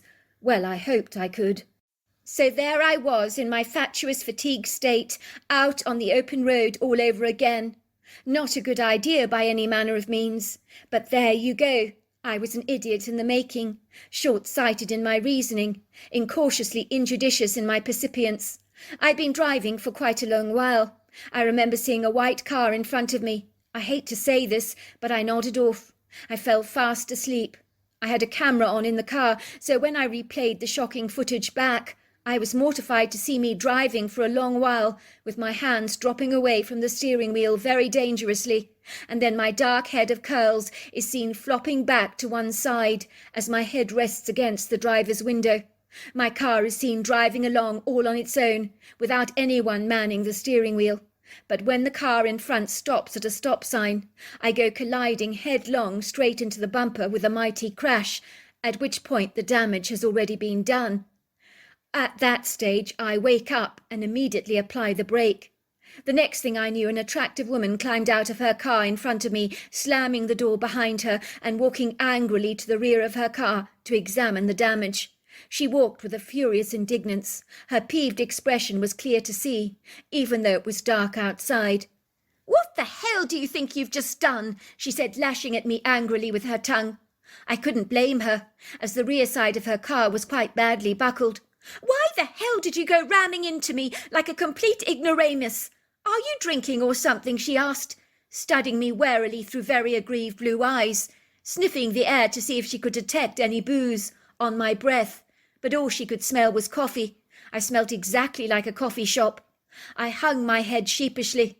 "I'm very sorry. It's all my fault," I admitted. "You're damn right it's your fault. You're right about that. Why on earth didn't you stop in time?" she said, resting her hands on her slender hips, studying me through steely, discerning eyes. "I'm sorry," I admitted gingerly. "I've been driving for many hours on the open road. I drank lots and lots of coffee, but somehow I still fell asleep at the wheel." At this confession the woman became even more aggrieved. "You know what? You're a complete, total and utter moron. What on earth is wrong with you?" she asked, demanding my insurance details. "You should be ashamed of yourself for being so goddamned reckless. You could have killed me, yourself, or someone else on the road. Any normal, civilized person would have had the decency to take a rest stop at a hotel or a motel when they realized they were getting tired. But I see you operate by your own rules." "That's where you're very wrong," I insisted. "If you must know, I did book into a hotel, but it was so disgusting. Soiled sheets, cigarette-smelling carpets. I couldn't possibly stay there." "Oh, please, stop being so pathetic," she said, leering at me furiously. "I don't care if there were bats nesting on the ceiling or dogs lifting their legs up on the furniture. At least the roads would have been safe without you driving on them. If you had been decent enough to turn in for the night. But no, You wouldn't do the decent thing, would you? If you'd listened to your body, we wouldn't be speaking now. I only bought this car last week, you know. It's a complete mess, thanks to you. I hope you're proud of yourself." "My insurance will take care of all of it," I said, giving her my details. She looked at my name and said, "Matt McCarthy, I hope I never ever have the pleasure of meeting you ever again, as long as I live," she said, and strutted back to her car with a belligerent stride. Then she was gone, as she whizzed away in her car, disappearing until she was a faint dot on the horizon. I remember thinking to myself, I wished I'd met her under better circumstances, but although I found her somewhat attractive, I had never liked blonde women, but her feisty indignance had rarely been rather fetching. Then another time I saw Madison was in the pet shop of all places, looking to buy some wild bird seed, and very disappointed to discover that the shelves were now bare. The bird seed was out of stock. "I'm sorry," the assistant had told her, "but that man over there is buying the last bag." That man happened to be me. The young woman looked at me, and recognition came into her eyes. "Oh, my God, it's you again. This doesn't bode well for the rest of my day," she said. "I'm jinxed now that I've seen you. I was hoping I'd never see you again, and you damn well happened to buy the last bag of birdseed. I knew you were bad luck the moment I laid eyes on you." "Look, I would let you take the birdseed," I told her, "but I did promise I would buy it for my mother, and I don't want to let her down." "Forget about it," she said, stomping off in a huff. "Oh dear," said the shop assistant, "you've made that woman very peeved." "Well, it's not the first time I've done that to her," I'd exclaimed. 2 weeks after the incident with the birdseed, my mother had set me up on a blind date for a Thursday night. Now bear in mind, I had never done this kind of reckless off-the-cuff thing before. I didn't even think my mother really knew my type, so randomly arranging a blind date like this for me was rather impulsive of her. Me and my mother had a great relationship, and she was so enthused about me meeting this random stranger that I didn't have the heart to disappoint her. "Imagine if she's the one," my mother had said, her eyes twinkling brightly, "the girl you've been waiting for all your life." "I don't think you should get ahead of yourself, Mum," I'd said, trying to soften her enthusiasm. I told myself I would have dinner with this woman just to appease my mother, because I couldn't bear my mother to be disappointed. "I was at the hairdresser," she exclaimed to me. "I met such a delightful woman there. Oh, a lovely, lovely lady, super personality. She was telling me all about her lovely daughter, how she's had the most atrocious boyfriends who have continuously let her down over and over again, cheating on her, messing her around, incapable of making any solid commitments, and notoriously unreliable. Takes responsibility for absolutely nothing, freeloads on his friends all the time, that type if you know what I mean. That bums around all day on the beach, surfing the waves, most usually at Assateague Island in Maryland, about 2.5 hours from here, refusing to work for a living, the dopey type. I don't know what she sees in men like that, who literally have cauliflower between their ears. They're not very bright. Mind you, when we bought her a dog for her 5th birthday, I remember she picked the laziest, most dopey dog in the pack, and I'm not kidding either. That dog could not be encouraged to go for a walk. He refused to chase a ball around the yard. He just slept all day and all night, and only ever got up to waddle to his food bowl, and even that for him was a monumental effort. So me and my husband have firmly decided a little intervention is well in order. I'm going to try and find my daughter the perfect man, as she's so good at picking losers. I told my husband that if we don't intervene soon, she could end up marrying, well, let's just say I dread to think it.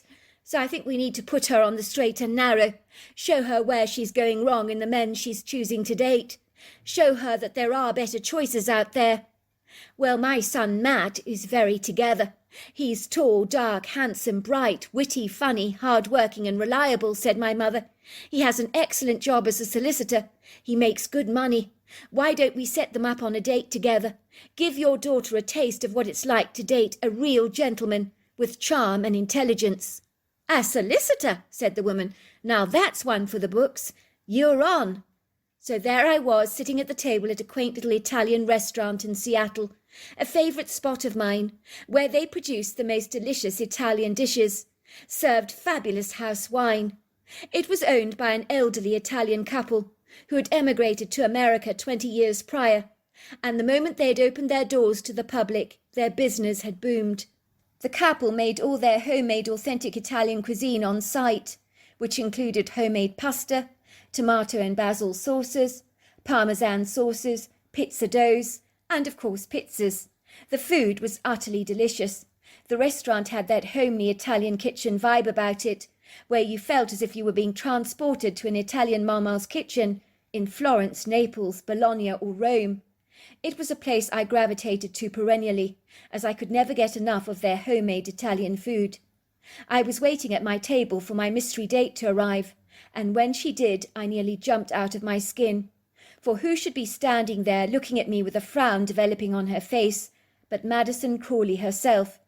She looked rather fetching tonight in her soft flowing pale green dress, which brought out her cornflower blue eyes. This was the woman who literally hoped she'd never see me again a day in her life, whose car I had damaged. "Oh my God, it's you," she said, giving me a disapproving glare. "My mother set me up on a date with you, the man who rammed into the rear of my car, the man who stole the last bag of birdseed. You're the last person in the entire world I'd want to have dinner with," she had said. "I think we can agree that this is a non-starter. Besides, I'll be absolutely straight with you. You're not my type. I don't go for men with dark hair. You like the beach bum type, who's never worked a day in his life, who's as lazy as hell with cauliflower between his ears, who lounges around all day doing nothing but surfing the waves, who has blonde hair, blue eyes and golden skin, and treats you like shit." "Who told you that?" said Madison, pulling out a chair and sitting down opposite me, waving the waiter over. "I'll have a glass of white wine," she said. "Your mother told my mother that you like the dopey type. Apparently you even chose a dog like your boyfriend's once, who slept all day and only ever got up to waddle off to his food bowl." "Is that what my mother told your mother? Bloody cheek! What a bloody cheek! I'll have you know, Snoopy wasn't that lazy. He liked sleeping a lot, but that's not such a big deal. Lots of dogs do. She's exaggerating profusely. I had no idea my mother disapproved of my boyfriend so much. Well, there you go. Now the truth comes out. I'm going to have words with her. She's judged them very unfairly." "She loathes the men you pick," I said, enjoying Madison's dumbfounded expression. "It's clear to me your mother has never expressed her misgivings about your rarely rather lousy taste in men. That's why she intervened on your behalf, set you up on a date with a man like me, the perfect gentleman, of course," I said, thoroughly enjoying myself. "Is that what you call yourself?" she said sarcastically. "A perfect gentleman? No, I think not. You mean a man who rams into the rear of my car, steals the last bag of bird food in the shop, is a gentleman. Oh, my word, I'd hardly call you that."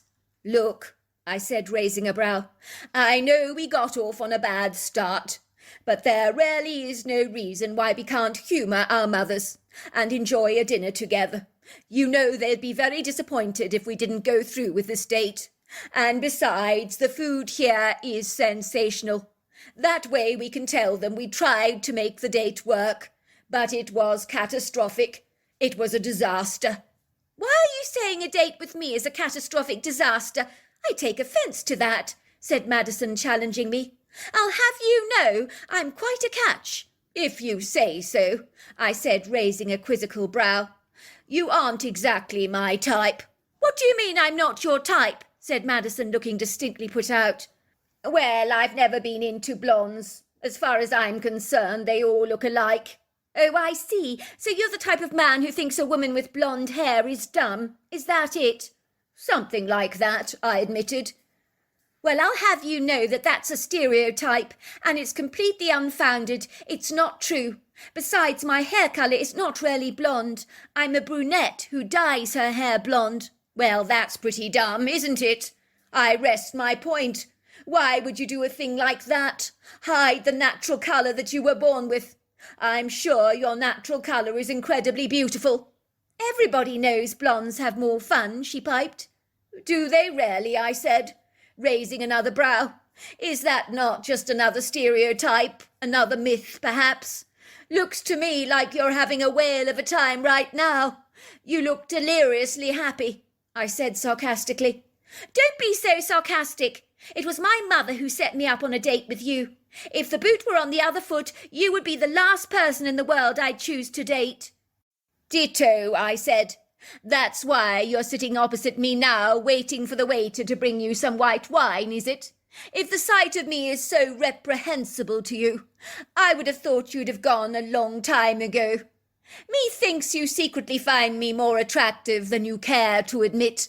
You really do have a high opinion of yourself, don't you?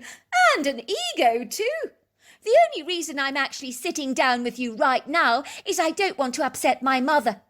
And I think we should go through this date just to appease our mothers, and then go our separate ways. Is that agreed?" "Agreed. Now we're finally on the same page." A rounded, very short Italian woman came up to the table, and we both ordered our food. Madison ordered gnocchi and a creamy truffle sauce, while I chose tagliatelle and a creamy bacon and blue cheese sauce. "Oh, my word," said Madison. "This gnocchi is utterly delicious, so light and fluffy. I've never tasted anything like it. The gnocchi I'm used to is really tough." "Well, that's how gnocchi's supposed to taste.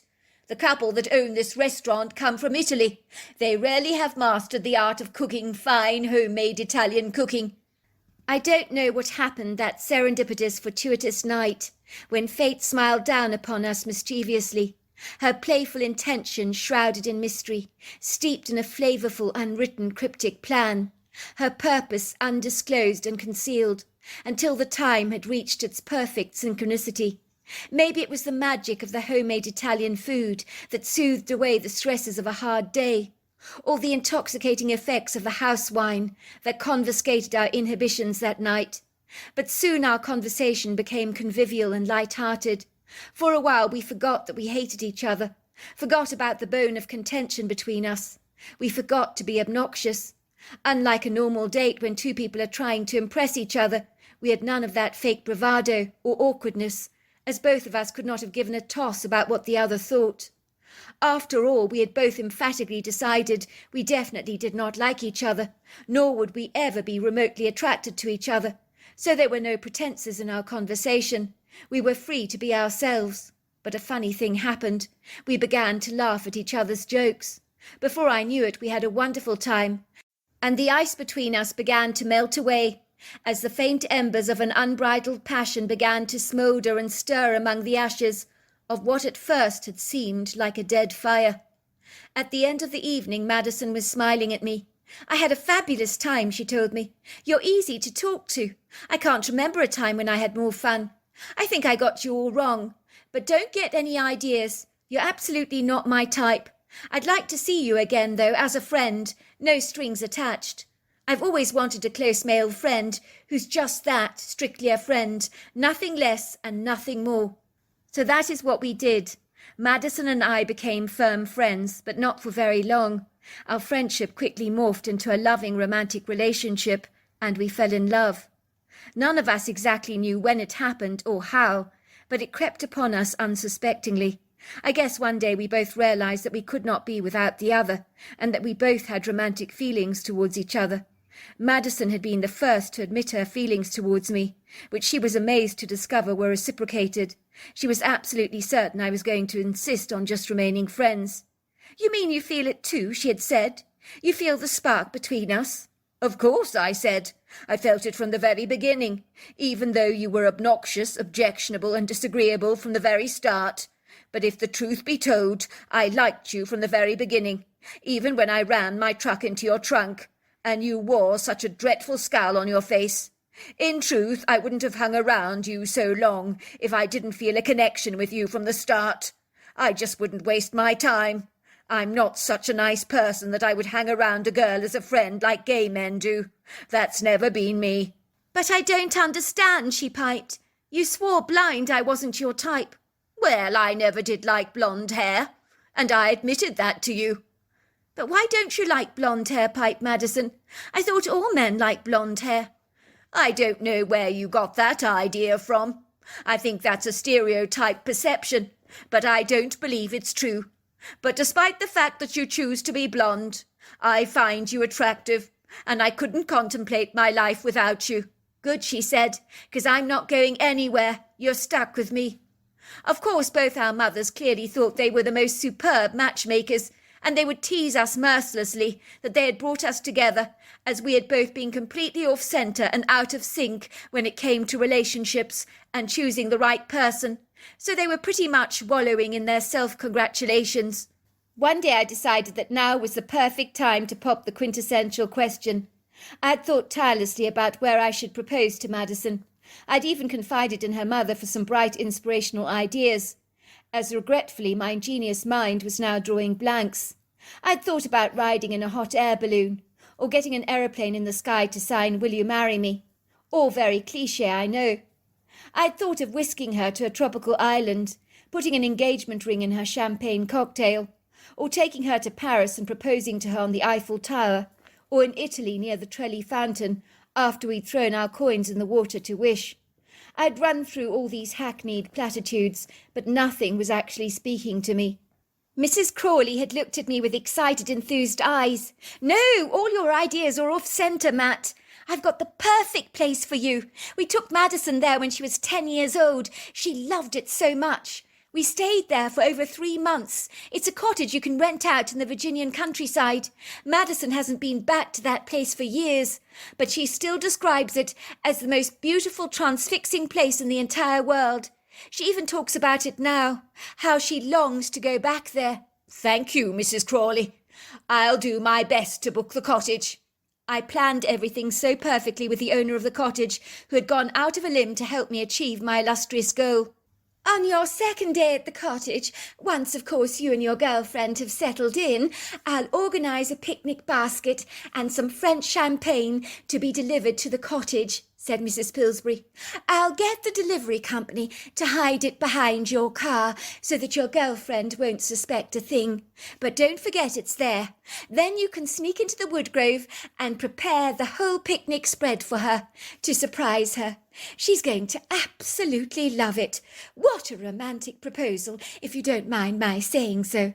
"Thank you very much, Mrs. Pillsbury. I'm very much obliged." I had purchased a gorgeous diamond wedding engagement ring, so I had everything planned. When our plane landed in Charleston, we hired an SUV car. I drove my girlfriend down beautiful backcountry roads, with high embankments graced with a plethora of tall, imposing trees, pretty flowering meadows, viridescent rolling hills, vast expanses of bluer-than-blue sky. "It seems strange," she said to me. "This area looks curiously familiar. I feel as if I've been here before." I was grateful she hadn't cottoned on to the fact that I was taking her to the cottage she had stayed in as a young girl, and believed was the most beautiful place on earth. Then I had a horrifying revelatory thought. I remember how we built things up in our imaginations when we are young. We sometimes imagine things to be bigger, grander, and more magnificent than they actually are. Our memory can so easily embellish things. When Madison saw the old cottage again, would she be bitterly disappointed? Would the reality not do justice to her enchanting memories of the place? I had told Mrs. Pillsbury that Madison had described the cottage as the most beautiful place on earth when she was about 10 years old. "How old is your girlfriend now?" she'd asked me. "Madison is 25. "Good grief," she said. "Please don't remind me how old I'm getting. I must have let out the cottage to her parents an age ago. Doesn't time go by so fast? No wonder my bones rattle these days when I walk. So your girlfriend described it as the most beautiful place on earth, did she? Granted, it is a magnificent cottage, but I do hope it lives up to her expectations. A 10-year-old girl is very easily pleased. A 25-year-old woman, in my experience, is not that easily beguiled." Now I was beginning to seriously worry. Supposing the cottage that Madison had loved at 10 years old appeared to her 25-year-old self not as attractive as she had remembered it. Well, it was all too late. Everything had been arranged. There was no going back now. Madison had fallen fast asleep in the rented truck. She was one of those fortunate people that falls asleep on anything with a bobbing motion, Like a bus, a boat, a ship, a train, and even a car when she's not driving it. She was missing out on some fabulous views, I thought, as I drove past farmers' meadows, cute little barns, fields of crops, cows and horses. Then I found myself driving on a remote road, the first road that was not tarmacked. The car was jolting up and down so precariously. I was absolutely certain that Madison would wake up, but she was fast asleep and remained undisturbed. Tiny little pebbles pinged at the underbonnet of the car, while red dust lifted off the road and went billowing in the air into clouds of smoky dust. Finally I took a turning in the road, where there was a little sign that read Snowflake Cottage. I drove down the little path towards the white little cottage. Madison remained fast asleep, while I parked outside the little quaint cottage, but I chose not to wake her up immediately, as I sat on the driver's leather seat, soaking in all the views. I could certainly see why Madison would be enamoured by this place. It had an outer-world quality about it, as if the cottage fitted better into another time or period in our history. It possessed an old-world vintage charm, but for a 10-year-old girl to appreciate its historic allure and intrigue was more than a little curious, I thought. This charming cottage was double-storey. It was a symmetrical shape with one wall completely made from stone, while the rest of the house was whitewashed brick. There were sash windows throughout that overlooked pretty views from every angle. In the furthest distance you could see the rise and fall of the mountains, as they so delicately billowed up into the sky, almost as if they'd been painted into the background with a very fine artist's paintbrush. The bruised smudges of pinks, blues and purples caressed their voluptuous contours. In the foreground I could see rolling viridescent green hills, dotted with plenty of alpine trees that were clustered together in congenial groups. The cottage itself was basked in the middle of a beautiful valley, as soft shafts of sunlight caressed its walls, and then 50 feet to the rear of the house was an extensive wood grove made up of a plethora of different tree species. All of a sudden Madison stirred, and slowly she opened her eyes. "We're here at our holiday cabin," I told her. Madison struggled to open her eyes at first. She squinted, let out a huge yawn, and stretched her arms. "Oh, I had such a great sleep." Slowly she opened her eyes for a moment, but she said nothing, almost as if she was rather disorientated. "Why do I feel déjà vu all of a sudden? I feel like I've been here before." "Because you have, silly. You stayed here when you were 10 years old. Your mother said for years you described this cottage as the most beautiful place in the entire world, which is why I brought you here." Madison grinned. "I didn't say it was the cottage that was the most beautiful place in the world," Madison corrected me. My face, that was initially full of expectation and hope, became very overcast, rather like a gloomy sky. I had expected Madison to jump up and down for joy, like a vibrant, rambunctious puppy dog, as she would be over the moon to be at the cottage again. But she certainly did not react in the way that I had anticipated. "Grown up," she frowned. "They never understand what you're saying. They only half listen to your words. I told my mother that this was the most beautiful place in the world because of Mrs. Helena. Places are about people, not about bricks and mortar. But my mother clearly didn't understand what I was going on about. She never listens." I was surprised. "Who is Mrs. Helena?" I asked Madison.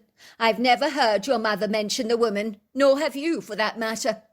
Madison looked at me with a nervous uncertainty that I'd never seen in her eyes before, as if she was undecided whether to tell me something or not. "My mother thought Mrs. Helena was my imaginary friend when I was little, but I assure you she was real." "I see," I said, not knowing quite how to react to Madison's statement. I suppose to a 10-year-old girl an imaginary friend could seem very real. So I swiftly changed the subject. "Well then, Madison, how do you feel about me bringing you here? Are you pleased to be here?" Madison appeared to be ignoring my question. "I just wonder if Mrs. Helena is still around," she said with a nostalgic, wistful look on her face. "I mean, if she's still alive, I mean. If she remembers me at all. I mean, I've changed a lot since I was 10 years old." Then it dawned on me. Could it be, I wondered, that an imaginary friend you had as a little girl is so deeply entrenched in your memory that the fictitious character becomes real in your mind's eye. Did Maddison still believe in this made-up friend of hers? I mean, I could understand why a little girl on her own, staying in a cottage with her parents, would make up an imaginary friend, as if she was a physical entity like you or me. I mean, kids do it all the time, do they not? It's a way of making life more entertaining for them. But you would think my girlfriend would recognize the difference between fact and fiction. I still wanted us to enjoy our stay here, so if Maddison wanted to harp on about her imaginary friend, I would play along with her, I thought.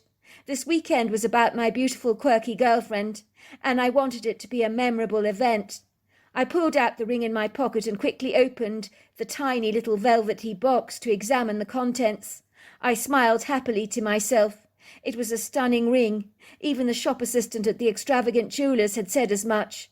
But then again, that was part of their sales pitch, wasn't it, when you sold a ring?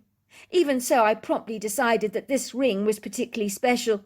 The stunning oval stone, set in fine 18-carat gold, sparkled brightly in the sun. It was simple, elegant and stylish, just like the soon-to-be owner, whom I hoped would soon be wearing it on her ring finger. That was if she said yes to my proposal. We took all our luggage out of the trunk. I found the key from underneath a terracotta pot, bursting with pink geraniums. I turned the elaborate old-fashioned key in the lock. The door opened. We entered the cottage. "It's different to what I remember," said Maddison. "I think it's been upgraded quite significantly. Some interior designer has transformed it into a luxury den, with real savoir-faire. I don't think a room at the Waldorf Astoria would be better than this. It's been tastefully designed with luxury living in mind, no expense spared." "Is that good?" I asked her.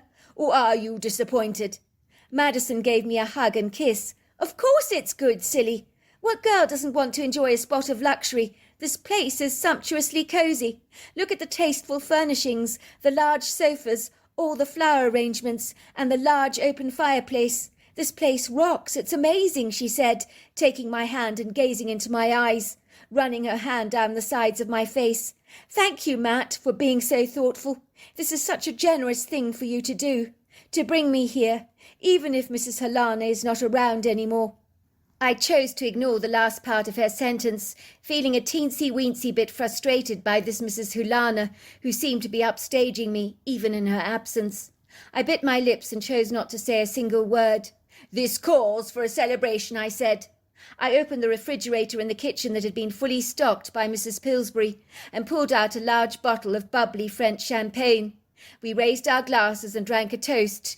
"To us," said Maddison, "and to Mrs. Helena, wherever you are, my beautiful friend."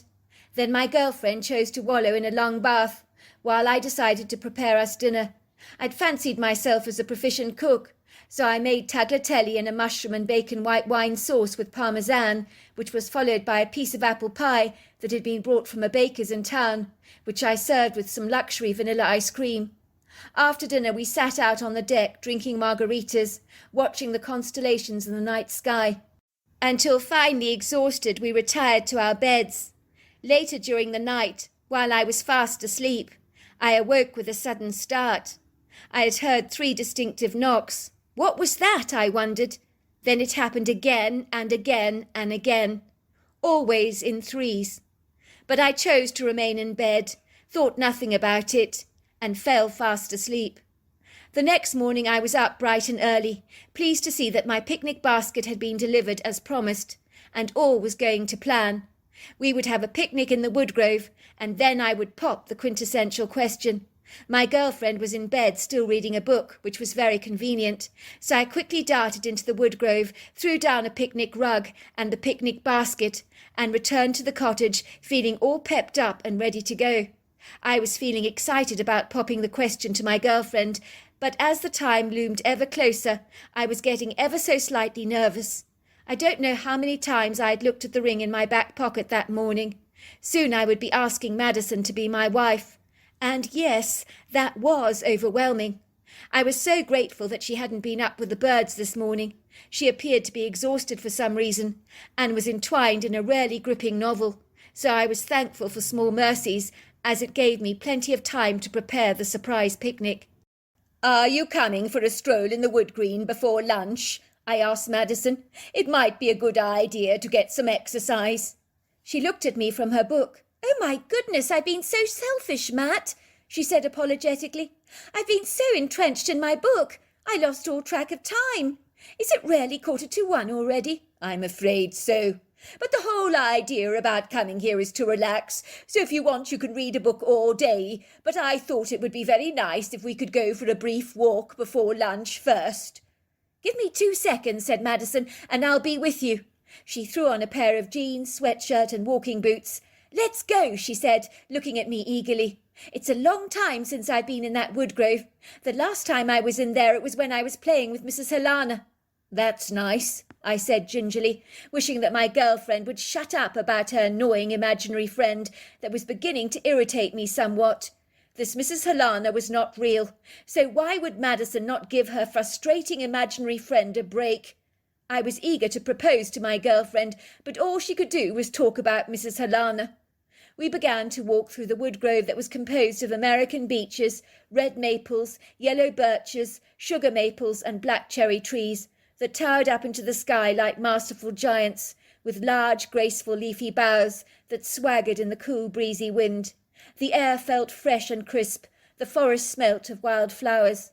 We eagerly meandered through the open trails, over a black, rich, fertile floor, with feathery-looking ferns and sumptuous verdant ground covers, like bunchberry, wild ginger, mother of thousands, lily turf with purple flowers, golden star greenery covered with tiny yellow flowers, as well as fabulous mosses that ingratiated themselves lavishly in prodigal verdant carpets over rocks, soil, and, of course, up the bark of many trees. I loved the way the laccolillian canopy rose above our head like an arched roof, where shafts of silvery sunlight twinkled and trickled through the bronze-coloured branches, and prisms of this light would bespeckle the floor, so the forest seemed so enchantingly magical. "It's more sublime than I remember," sighed Madison happily, and then she stopped dead in her tracks when she saw my picnic blanket and the basket. "Oh, my word! You're so romantic, Matt," she said. "You did this for me." I nodded, my girlfriend's eyes almost filled with tears. "This is the nicest thing anybody's ever done for me." I smiled to myself. This was going better than I could have expected. Wait till she saw what was in the picnic basket. It was wonderful sitting on the rug on the moist earthen floor, covered by the canopy of the trees, drinking fluted glasses of champagne, and listening to the tweets of the birds. "Thank you for bringing me here," said Madison happily. "It's so beautiful, it really is." "Well, I aim to please," I said immodestly. "How about opening the picnic basket and seeing what's inside?" Madison didn't waste any time. She always appreciated good food, and she always had an appetite. She examined the contents, bringing them out onto the picnic rug enthusiastically. "This is a feast," she said. "You've excelled yourself, Matt. Talk about spoiling a woman. Oh, my word, you've got tuna melts here. My absolute favourite, loaded with cheese, tuna salad, avocado and tomatoes. Oh, I'm getting hungry already. Devilled eggs, fried chicken pieces, watermelon, brownies, pork barbecue on a stick, chocolate-dipped strawberries. Did you forget anything? Matt? I don't think so. It doesn't get better than this, does it? You really have spoilt me. Thank you so much." We began to enjoy our picnic. The food was absolutely delicious, as well as basking in the pleasure of this congenial ambience, when I happened to mention the knocking sound I'd heard last night. "It was very strange," I told her. "It appeared to be happening in threes. I'd hear 3 knocks, and then there was silence, another 3 knocks, and then there was silence, 3 knocks again. But I didn't get up. I decided I was too tired, so I went to sleep." Madison looked excited. "You mean like a Morse code with 3 knocks like this? Is this what you heard?" "Something like that. That's right." "Oh, my goodness," said Madison, looking so excited. "Oh, my goodness, do you realise that is Mrs. Helena? She must still be around." My heart sank. What the hell was Madison going on about now? Her imaginary friend communicated with her in Morse code with 3 knocks. Please, I'd heard everything now. Things were beginning to look ridiculously silly. Then Madison did a crazy thing. She started to call Mrs. Helena at the top of her voice. Mrs. Helena! Mrs. Helena! Mrs. Helena! I remember thinking, what the hell is my girlfriend doing? If I didn't know how level-headed and pragmatic Madison usually was, I would have thought she'd lost leave of her senses. All of a sudden, something shifted in the forest. I don't exactly know how to explain it to you, but it was like the ambience in the forest changed. It was very noticeable. Everything became so quiet, you could have heard a pin drop. Even the bird song had dissipated, but the expression on Madison's face was jubilant. She's coming! She's coming! I know she's coming! It's gone quiet! That's the first sign! I almost choked on my sandwich. Then I heard it. It sounded like something ponderously big, substantial in size, was thundering through the woodgrove at one hell of a speed. What the hell, I thought. It truly sounded like a rhino, literally charging towards us. Then things grew very quiet. Madison went over to a random tree trunk, and with a large stone she knocked on the tree trunk 3 times in succession. And then there were 3 knocks returned to her. Madison waited for a moment as if she was expecting to see something or someone, and then darting through the trees was a tall, burly female Bigfoot. I was so shocked to see this massive giant thundering towards us, and Madison rushing towards the creature's arms as if they were long-lost friends. I was gripped by such paralyzing fear and apprehension that I must have passed out from the shock, as the next thing I knew was a female Bigfoot, and Madison was staring down at me with worried expressions on their faces. "Are you all right, Matt?" asked Madison. "I think you must have fainted. This is Mrs. Helena. Remember I was telling you about her, my childhood friend," she said excitedly. The next thing I knew was I was sharing a picnic with a female Bigfoot. Truly, I thought I was in a twilight zone or altered universe, as Madison acted as if it was the most normal thing in the world to be eating lunch with the hairy creature. She didn't realize that this creature could tear her apart with one blow of her hand. But as I watched Madison sitting next to the female creature, I could sense the love between both of them. Madison was constantly rubbing her hands up and down the Bigfoot's overlong arms, very affectionately. "Oh, Mrs. Helena, I never thought I'd ever see you again. I've thought about you so often over the years. I'm so glad you're still here. I was worried that you might not be alive anymore." They would look directly into each other's eyes. I think they were talking telepathically, as Madison was saying, "Yes, he's my mate. His name's Matt. Well, not necessarily for life," she blushed awkwardly, "but I actually hope so." The Bigfoot studied me for a while, raising a single baby finger. "She likes you," laughed Madison. "She says I've picked a good one here." Madison only had eyes for the female Bigfoot. There were moments when I felt completely left out, but I realized that Madison was seeing an old childhood friend. "You mean you knew I was coming? You felt it in your heart? You don't live around here anymore? Oh, Mrs. Helena, thank you so much for coming. Your daughter's had 2 twin girls. Oh, my word, that's amazing. She's got a nice man. Oh, I'm so pleased. That's fantastic."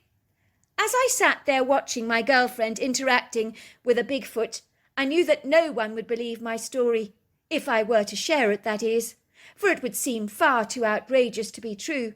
For a start, if my girlfriend had even mentioned to me that Mrs. Helena was a Bigfoot, I'd have possibly thought she was as mad as a hatter. Such a revelation would have been more unsettling for me than even her invisible friend. I could see the energy between Mrs. Helena and Madison was incredible. I was actually quite jealous, very jealous. The rapport between them was electric. It was like they had an incredible connection. I could feel the ring in my back pocket. I knew I'd been well and truly upstaged by a female Bigfoot. Proposing to Madison now would be crazy and nonsensical, when her attention was far away from me, and I had been left surplus to requirements. My girlfriend pretty much ignored me, while she talked to the Bigfoot all the time. To be fair to Mrs. Helena, she did try to include me in the conversation, but Madison just hogged the Bigfoot's attention all to herself, like a cat scrappling for the only bit of sunshine on the lounger in winter-time. Mrs. Helena was about 8 foot tall, 700 pounds, and exceedingly well built, heavily muscular with pillowy breasts that were rarely quite saggy, a pyramid-shaped head with a human face. I was amazed to see how politely the Bigfoot ate.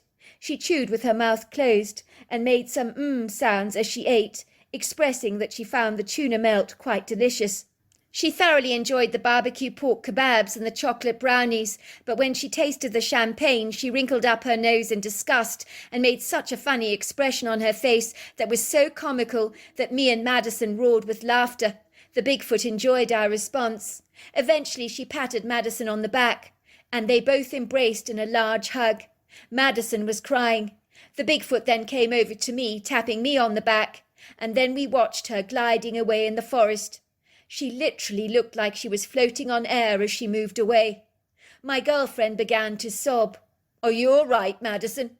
"I'm just so happy. I saw Mrs. Helena again. I never thought I'd see her again."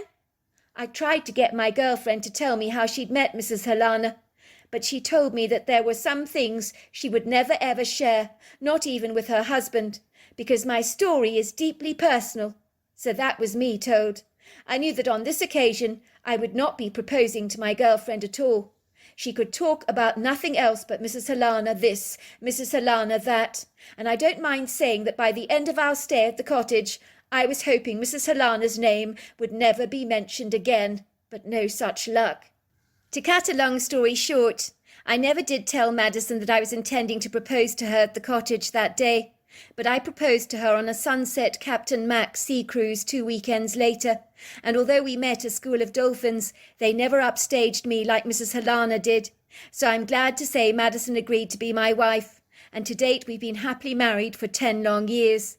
So there you are. That's my story.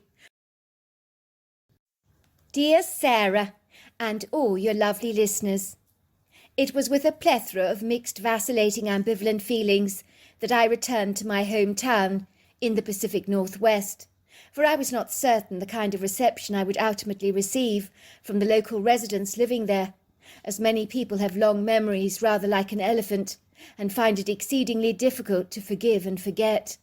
I was only thankful that I didn't look like I did 5 years back. In a strange way, people not recognizing me was some form of consolation, small comfort, I know. My once bottle blonde hair, the height of fashion at the time, had long since grown out. My natural colour was now a dark chocolate brown colour. It had been cut in a short bob for me by one of the prison inmates, who had once been an aspiring hairdresser at a prestigious hair salon, but was subsequently incarcerated for getting involved in some money laundering with her partner. When it came to my nails, they were now natural, unpolished, trimmed, and very short. Not false, unusually long, or painted in a bright pink colour, like they had been in my former days, when preening myself had been a prerequisite to my daily life. In those days I cared about fashion, and looking as preened as some people's poodles or Afghan hounds. It would seem vanity had fled from me, once I was incarcerated, faster than a March hare. I had no desire to reconcile or become reacquainted with her shallow, frivolous, and facile ways, for fashion and pampering no longer held my attention. One thing I'd learnt in prison is that appearances are only skin-deep and insubstantial. I couldn't see myself going to the bother of dyeing my hair again, and as for acquiring fake nails at the nail boutique, it had lost its allure. It seemed pointless and insignificant now, rather like the tinsel on a Christmas tree, or the cherries on a chocolate cake. Nice, but unavailing, ineffectual, or surplus to requirements. Supposedly 5 years in a woman's prison had matured me from a new wine into an older, more substantial wine, with deeper notes, and of a superior quality. I had become infinitely more palatable with age, a much nicer person in every regard. Prison had made me cherish and esteem the things that really matter in life, that no money can ever procure, like meaningful human relationships and the scintillating marvels of nature. I'd lie in my prison cell dreaming of taking a hike down a mountain trail and running through a flowering meadow. Prison enabled me to shed the inconsequential things in life like a butterfly releasing itself from the confines of its old cocoon and flying far away. I wanted to put the whole gruesome episode of the tragedy behind me, to forget that it had ever happened. Yet there were things about that fateful night that haunted, possessed, hijacked my darkest, most tenebrous nightmares. The alcohol I had consumed to excess had successfully aborted my memories, leaving behind a residue of uncertainty. On the face of it, horrifying flashbacks prevailed in my mind, most especially waking up in a police cell and being accused of running over the neighbour's Swiss au pair, in my boyfriend's truck of all things, in a drunken state. I do not remember a time when I felt more shame, self-loathing or disgust. For all intents and purposes, I'd been found passed out in the driver's seat, covered in my own vomit, while a woman that I'd supposedly run over due to my inebriated intoxication lay dying in the middle of the asphalt road. She was dead before the emergency services arrived to deal with her grievous injuries. I remember none of those harrowing details, but I had learnt I was responsible for this woman's death, and this horrifying knowledge was a weighty burden to have to bear. Ostensibly, my dissipating memories had been defeated by the alcohol, fleeing from my recall, so my mind was left cluelessly blank, like a piece of pristine white paper.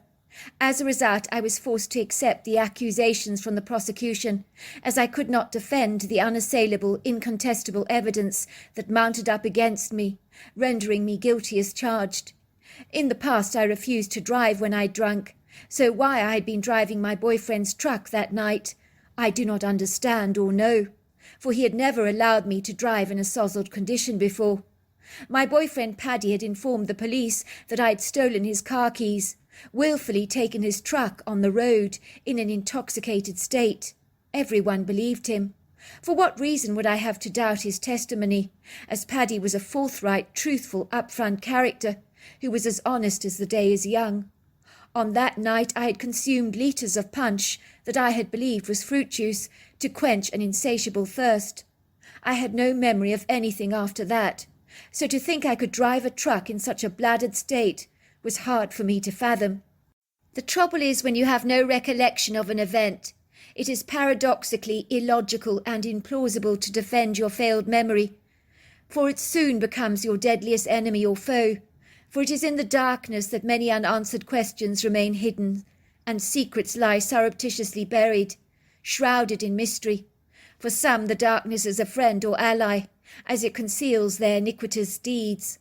For others like me, blindly oblivious of my own actions, the darkness can conspire against you in ways you never gleaned possible. I was exceedingly lucky. My parents had hired a fabulous lawyer, which meant I got out of prison after 5 years. Some people are not so lucky and have had to spend their lives in prison for lesser crimes than mine, so I was exceedingly grateful. Believe me, I know, for I have seen people incarcerated for life in cases that are far less than mine. But that is the way the cookie crumbles. Not everything in life is fair. I was blessed that people testified on my behalf, assuring the judge that I had always refused to drive under the influence of alcohol on former occasions, and that I had been responsible in that regard. They couldn't comprehend why I had behaved so incongruously, as it was out of character for me to do so. It would seem there were things about the whole incident that were highly questionable. The defence sowed enough seeds of doubt to ensure I would serve a light sentence.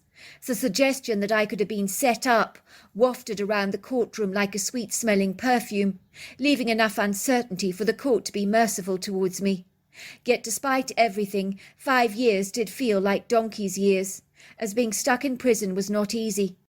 Some of the girls were rough, who had done quite heinous things in their lives, possibly due to growing up in abusive family environments, without loving parental boundaries. Unquestionably, prison food had been like god-awful slop, the stuff they throw into pigs' troughs that I initially refused to eat, until my hunger got the better of me. The beds were as hard as nails, the cells confined and cramped, and as for privacy, there was none. The humiliation of open showers and intimate, shameless body inspections by the female prison guards, who seemed to enjoy our discomfort, invaded my dignity and self-respect faster than any deadly disease. Worse still, there was a lot of promiscuous behaviour among some of the women, who looked upon new arrivals with licentious, salacious, immoral aspirations. So the less said about that, the better. Let's just say there were many wanton, debaucherous women interested in me from a romantic perspective, which almost certainly made my skin crawl, and my legs want to run faster than a cheetah, away from this godless, iniquitous place. But I was lucky, as I made friends with a tough woman who watched my back and was happy to receive cigarettes for payment. When the taxi drove down the long ribbon of asphalt lined with towering oak trees that had grown substantially in the last 5 years, I almost had to draw in a deep breath, with the relief of smelling the comforting, welcoming aroma of home in the air. Everything looked familiar. I focused on the purpose at hand, something I'd been meaning to do for a long time when the opportunity finally arose. "Could you please take me to the end of the road over there? Just for a brief second. There's a memorial cross. I need to pay my respects there for a couple of minutes, if I may." "Of course," said the taxi driver. "Someone you know died there?" "Something like that," I said, climbing out of the taxi, with my handful of pretty white roses to lay down beside the cross. "Just give me a second, will you?" "You take your time, love, as long as you need," he said, pulling up his handbrake and waiting for me graciously. My parents had erected a white memorial limestone cross to replace the tacky wooden one in the turf that had been placed there by the locals under the oak tree. It read in loving memory of Elsa Gustafsson, who shall be sadly missed. I stood there for a sombre moment of reflection. I had never met the Swedish au pair, nor did I know what she looked like, but the guilt I felt for having mown her down in my boyfriend's truck in a state of intoxication was exponential. In truth, there was not a day that did not go by that I did not pray to the good Lord to forgive me for my iniquity. I knew that alcohol would never touch my lips again. How I wish I'd known the punch that night had been heavily laced with vodka, for I would never have drunk so much. I wouldn't have been so brazenly reckless and irresponsible. I apologized to Elsa every day for what I'd done, in robbing her of her whole future. I had come to a place of peace one night, when during a dream I could see the face of a pretty girl with blonde hair, and she was saying to me, "It's not your fault. It never was. But even so, you are forgiven. Please be at peace." Imagine my surprise when I found a picture of the deceased girl online. She looked exactly like the girl in my dream. I told myself that I had seen her in passing some day, so my subconscious mind had remembered her. Why was the face in my dream so astoundingly accurate otherwise? I'd even written to her parents to apologize for what I'd done. I'd received a card in the post with only 2 words written on it: "You're forgiven." I remember I had sobbed with gratitude for their forgiveness. It meant the world to me. I laid down the white roses by the memorial stone. "Elsa, I'm so sorry," I said, as I studied the spot where the calamity had occurred. "I'm so sorry, Elsa. I wish I could remember what happened to you, but I know that there is no day that doesn't go by that I don't regret your loss." I was surprised to see a bunch of fresh roses by the memorial, which I thought was strange, unless my mother had laid it down, as it was 5 years since Elsa's death, and her immediate loved ones lived in Sweden, so who was bringing her fresh roses? "Thanks," I said to the taxi driver, as finally I climbed back into his car. "You can go now." "You're sure you're all right?" said the taxi driver, handing me a tissue, which I gratefully accepted. I blew my nose loudly, wiping away my tears. "I can't help noticing you're very upset." "Don't worry, I'll be fine," I assured him. I stared at the familiar rows of eclectic houses in our street that brought nostalgic, wistful memories of my childhood flooding back. I could see snapshots in time like a slideshow in my head, with me playing with my childhood friends on the street, knocking on the respective neighbours' doors for trick-or-treats, or at the Morrison house on the 4th of July for fireworks, as well as homemade lemonade we sold at the side of the road to raise money for the local animal shelter. I had decided not to tell my parents I was coming home today. I wanted it to be a surprise, but now I was almost scared to get out of the taxi when I finally pointed out my family home. "It's this house over here," I said. The taxi driver seemed surprised that I sat in the car, failing to get out for a few minutes, as I took in my environment, like a soaking sea sponge. "I'd think you would be champing at the bit to get out of the taxi," he said to me kindly. "How long were you inside for?" 5 years. "Could have been worse," said the taxi driver. "Still, 5 years, I would have thought you'd be dashing out to get out of my taxi to see your family again." I think I'm just acclimatizing to my new environment. Even returning home is an adjustment. "I suppose that makes sense. It must be good to see the trees, the grass, the pretty houses, instead of bars." "Oh, believe me, it is," I said happily. "You have no idea." I bid the taxi goodbye. I stood on the street watching his truck turn around and glide into the distance until his vehicle vanished from my sight. I surreptitiously made my way to the front door, my heart flapping wildly like a large sail blowing in a wind. On the outside, our cottage-style home looked much the same as it had always done, but it did look as if it had acquired a recent new coat of paint. There were hanging baskets outside the front door, full of fabulous colourful blooms, from lobelia to geraniums. I knocked on the door, using the horseshoe knocker. I heard my mother's voice say, "Coming!" She opened the door, and for a moment we stood there staring at each other, neither of us daring to say a word. My mother suddenly rushed over to me, breaking the silence, embracing me with effusive warm hugs. We both cried tears of joy and regret. "Darling, I'm so glad you're finally back. It's so good to see you." "I'm so glad I'm back too," I said. "I thought this day would never happen. 5 years was a hell of a long time. Far too long." "Oh, believe me, Mum, when you're incarcerated, you're counting the days until you're free again. But every day in that prison cell was like a lifetime for me. It dragged on and on and on. Time seemed to slow down." "Well, you're here now," said my mother, cradling me lovingly in her arms. "I want you to forget about everything. Put the whole wretched business behind you. Move on with your life. As my dear mother used to say, there's no point in crying over spilt milk. What is done is done. Pontificating over the past is never going to change a single thing, so it's futile to dwell on it. I'm sure you thought about the accident in prison an awful lot, but now a new beginning is well in order.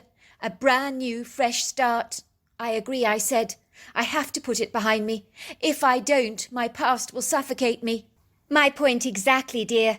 I was surprised to see my bedroom had remained unchanged, was just the way I'd left it, which was so reassuring and comforting. It was nice to think that some things had remained the same. When I glanced out of the window at my favourite magnolia tree, I was astounded by how much it had grown in 5 years. It was now utterly magnificent, while the backyard was more spectacular than I ever remembered. My parents had gone to town on the yard and the garden, with a mix of pretty perennials. It truly was like staring out on an English country garden, as I watched butterflies darting from one flower to another. "What do you think?" asked my mother, coming into the bedroom. "You mean the yard?" My mother nodded. "It's absolutely exquisite." "We did it for you," my mother exclaimed. "We knew how much the yard would mean to you when you came out of an ugly prison." "Thanks, Mum," I said, tears welling up in my eyes. "That's so thoughtful of you. I don't think I'm ever going to want to leave this yard." In 5 years, our King Charles Spaniels, Giles and Shadow, had grown significantly older, but they recognised me at once, greeting me with happy woofs and thumping tails. "You see," said my mother kindly, "everyone has missed you. I, for one, have missed my precious daughter every single day. When my father returned home, I did not think he could let me go. I'd never seen him cry before, but he did on this occasion. "Dad," I begged, "please don't be so sad." "Sad? Where did you get that idea from?" said my father. "How could I possibly be sad, now that my beautiful girl has finally returned home? On the contrary, I'm the happiest man in the entire world to have my little girl back." My father capped my head in his hands and looked at me tenderly. "Today is a new beginning," he said to me. "What is past is past. Do you understand?" I nodded, my eyes filling with tears. "Thanks, Dad," I said. "It still will be challenging living here, as some people might find it hard to forgive me for what happened. I can't say I blame them either. There's no excuse for a person to be driving drunk, is there? I don't know how I could have done something so reckless." "About that," said my mother, "you'll be glad to know that in church 2 Sundays ago, someone told Father Peterson that you would be coming out of prison soon. He did a whole sermon on forgiveness. It was very moving. People were actually crying. He was quoting scripture, telling people that if they judge, they too will be judged. If they condemn, they too will be condemned. He talked about the fact that none of us are without sin. He told the locals to treat you kindly when you come out of prison, to welcome you back into the community with open arms, because our Heavenly Father would reward us greatly. He made us see that what happened to you could happen to any of us. So after the service, people came up to me to apologize for some of the unkind things they've said about you. So I think returning home will not be as bad as you think, but it will still be a big adjustment, I'm sure. What happened to Paddy Richards? I asked my mother. After I went into prison, he didn't even bother to write to me. I was very hurt. I guess he must have been angry with me for stealing the keys to his truck and running over the poor au pair. But, Mum, I don't remember anything. I can't believe I would be capable of doing those things drunk. But I was found in the driver's seat, so I have no choice but to accept the fact that it was me. Paddy got married, dear, a year after you were incarcerated, to Emma Robbins. Do you remember her? They have a child together now. Sweet little thing. He's an adorable child. I often see them shopping around town these days. It's clear Paddy is besotted by his little child. He's always carrying little Christopher on his back.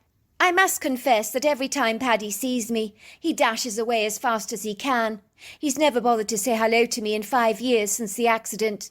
Not once has he inquired after you, or even given me a fleeting nod hello. I think he's terribly upset over what happened. I must admit Paddy always struck me as an agreeable man, so his evasive behaviour is rather peculiar. I must admit his wife Emma goes to the other extreme. She always stops, asks me about how I am, and more to the point, how are you? She told me it was so unfortunate that you were incarcerated, as you has no memory of what happened, which I thought was a strange thing for her to have to say. She says she prays for you all the time. She's informed the locals to treat you well when you get out of prison, as everyone is inclined to make mistakes, and it is God who is the judge, not us. Emma carries a lot of clout around this neighbourhood, so I do think people will listen to her. I remember Emma, I said. She's pretty, very religious, isn't she? I think her father's a pastor. That's right, dear. For the first week on my arrival home, things were quiet, which is what I wanted. I chose to just lounge around the backyard, thoroughly enjoying the pretty garden, and some quality time with my parents. The following week my mother informed me that Emma, who was now married to my ex-boyfriend Paddy, wanted to take me out to dinner. Let's just say I was more than a little bewildered by such an unlikely invitation, but with no friends to speak of since I'd returned home, I was hardly going to reject that hand of friendship that was being extended my way, as beggars can't be choosers. Isn't that nice, dear, said my mother. She's booked a quiet booth at your favourite diner. You really must go. She's reaching out to you. You could do with some friends around here. Having Emma on side should make the community's attitude towards you much more convivial. Everyone likes Emma. She's an influential asset to the community. But Emma wants me to have lunch with her, I asked my mother, looking bewildered. I don't understand why. We were never friends before the accident. I knew her vaguely in passing. Why is she being so generous towards me? I think that's just who she is, dear. A very nice girl. As you can imagine, I was surprised that Emma was reaching out to me like this, but I wasn't going to look a gift horse in the mouth. I had moved back to my hometown, and friends were in short supply, so if anyone was reaching out to me, I would gratefully accept their friendship. Emma was already waiting for me when I arrived at the diner. She was prettier than I'd remembered, with long auburn hair, blue eyes and fair skin, wearing a yellow dress with white daisies. Please sit down, she said, gesturing to a seat. It's really good to see you, Isabella, again. I really mean that. How have you been? Fine, I said, smiling shyly. It is good to be back. I bet, said Emma. Please look at the menu, Isabella. It's my treat. Go ballistic, order anything and everything you fancy. I imagine after that horrific prison food, you're dying to enjoy some quality eating. I recommend the steaks here. They make the best French fries as well. Thanks, it's really kind of you, Emma, to be so gracious, to reach out to me like this. I truly appreciate it. Others would be a lot more judgmental after what I did, but not you. People in a small town don't easily forget. I'm sure the gossiping, now that I've returned, is rife. I did receive 2 cards in the post with murderer on them." Emma's brow furrowed. She looked visibly distressed about my revelation, as sympathetic tears misted up in her eyes. "You poor, poor thing! That's so mean! Please take no notice, Isabella. People can be brutally unkind sometimes, quick to forget that accidents easily happen. It never helps to hold grudges against others. It's so futile.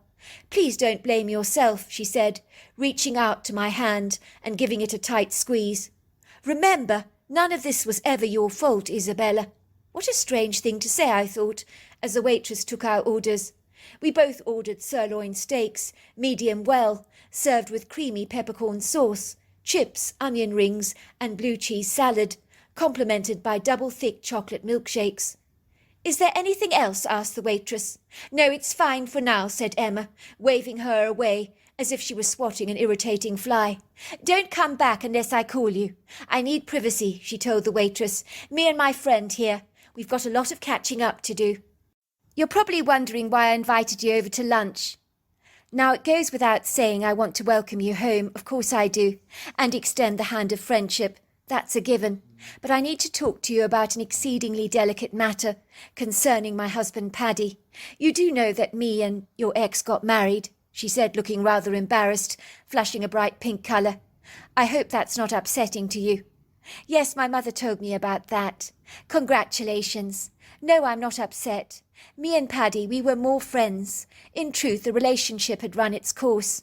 I was upset, though, that he never contacted me in prison. It would have been nice to have heard from him. I definitely think the 2 of you would be right for each other. He needs someone who has his back like you. I gather you have a beautiful boy together. I'm very pleased for the both of you." "That's so nice of you to say. He is the apple of his father's eye. Very naughty, but we love the bones of him, we do." "How is Paddy? Since the accident, I mean. Is he angry with me after what happened?" "I know he didn't get in touch with you," said Emma. "I'm really, really sorry, Isabella, about that. I told him he should do so. I told him it was important to contact you, but he just didn't have it in him to do so." "Well, I suppose I can't blame him, really. I mean, I did abscond with his truck in a drunken state and run over an au pair with his wheels, so I guess he probably never wanted to speak to me again. If the boot was on the other foot, I guess I might feel the same way." The next thing that Emma did surprised me. She handed me a suitcase. "Open it," she said, looking at me intently. "What is all this about?" I said, opening the suitcase that was filled with crisp dollar notes. I gasped in astonishment. "This is an enormous amount of money.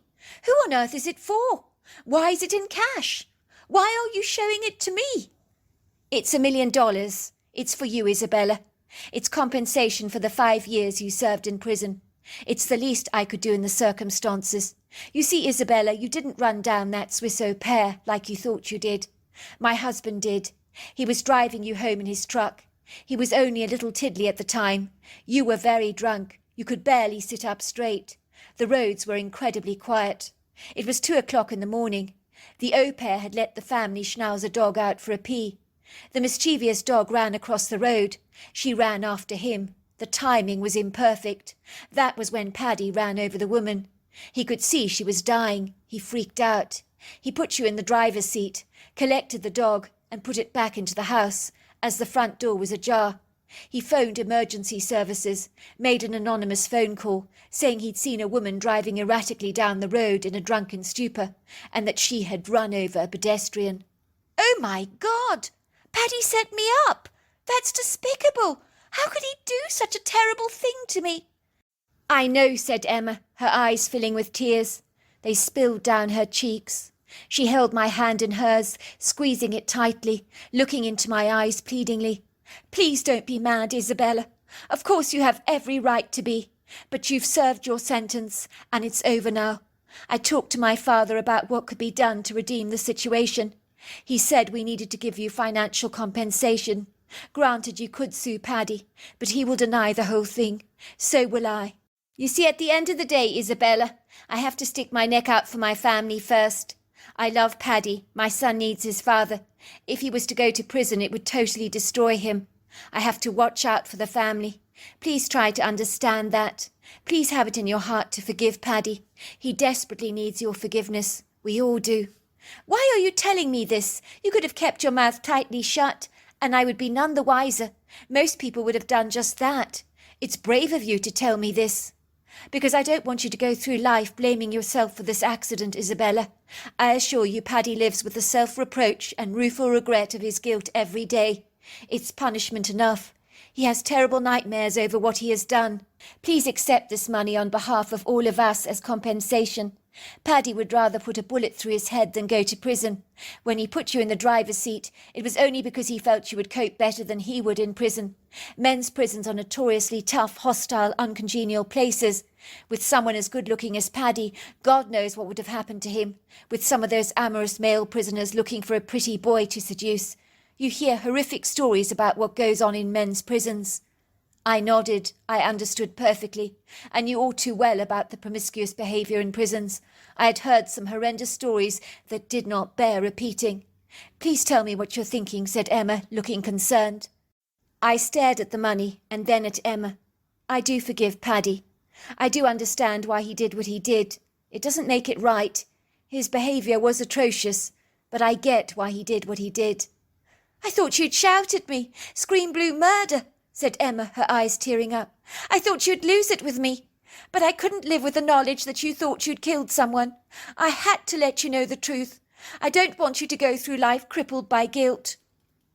I've already served time, I said. 5 years is way too long. I wouldn't want Paddy to go behind bars. It was a terrible accident, but both me and Paddy were drunk. Already too many people have been hurt by this incident.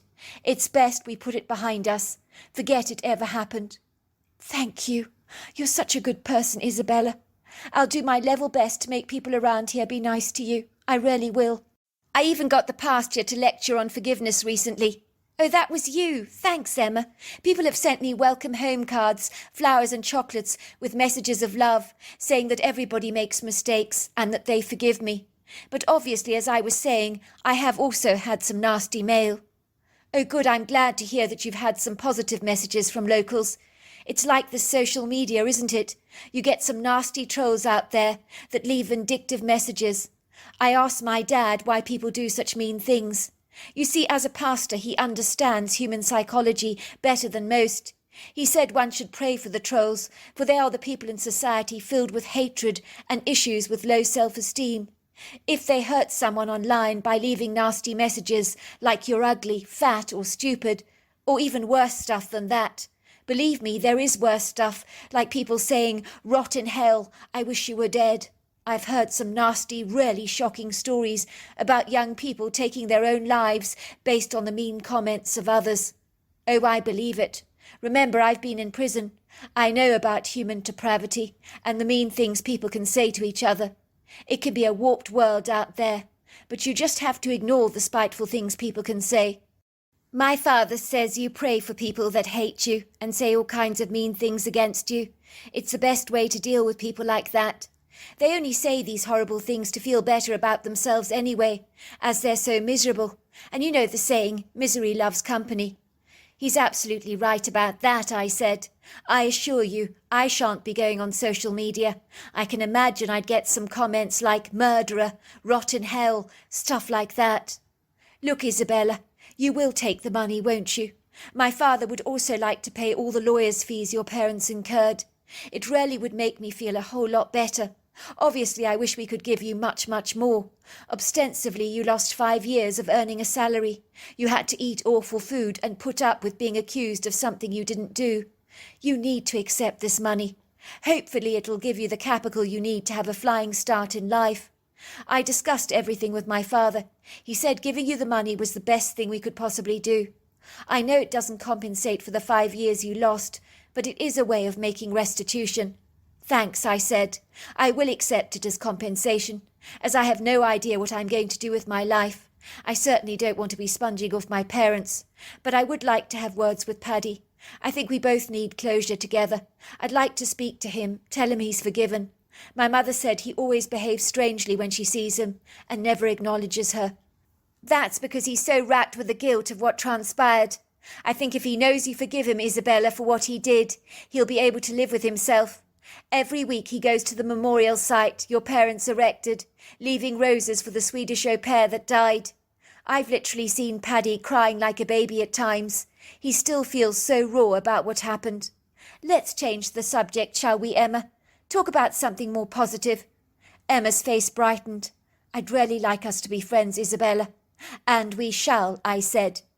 You would probably assume I'd walk away from my meeting with Emma furious about what I'd uncovered, angry for having spent 5 years in prison for something I did not do. But you would be wrong about that. You see, I felt a monumental relief, as if a huge weight had been lifted off my shoulder, a weight I'd been carrying for a very long time. I had not personally been responsible for killing that au pair, meant I was no longer tormented by the dreadful guilt that had robbed me of so much peace. Granted, I had spent 5 years in prison. Every day had been a reminder of what I was missing in the outside world, for there is no doubt that being incarcerated is like being a caged bird with clipped wings, as you are restricted from being able to fly. Your freedom is confiscated from you. It is the hardest thing of all. Yet despite everything, prison had given me one treasured quintessential gift, and that was a zealous appreciation for life, the bounteous beauty of the natural world. For when you're incarcerated, you dream of being out in nature all the time. You imagine the smell of freshly mown grass, or the sweet smell of jasmine in the early evening. You envisage yourself walking in nature, in wood groves with tall, imposing, masterful trees. You can see your feet walking over the soft earthen floor.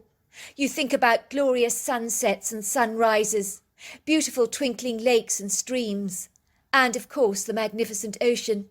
You can perceive yourself walking across a soft sandy beach, with the cool ocean water bathing your feet as the waves spread out across the sand. I had missed it all, but I wasn't angry. Too much had happened in 5 years to be angry. I didn't have the energy for anger anymore. Nor did I want to embrace such an inefficacious, unavailing emotion. It was too late for all of that. Instead, I felt empathy and compassion for Paddy. Granted, he had unfairly, dishonourably wronged me, but he had to live with the torment of what he'd done, the guilty conscience, regret, self-reproach, condemnation and contriteness. I knew about what that was like, as I'd experienced it all for myself. The poor man was literally carrying the weight of the world on his shoulders, and if I could ease him of some of the heavy weight, I most certainly would. People falsely assume that when someone commits a hit and run, they get off scot-free. I doubt that to be the truth, for when you believe you've accidentally killed a human being, living with the guilt and remorse is punishment enough. I should know. I lived with rueful attrition for 5 years. The mean comments from people were like water off a duck's back, as no one hated me more than I hated myself. The next day I got an SMS from Emma saying that Paddy would meet me in the woodgrove late afternoon, early evening, and to bring a torch. That way we would not be seen together by the local gossips in town. It seemed like a great idea to me.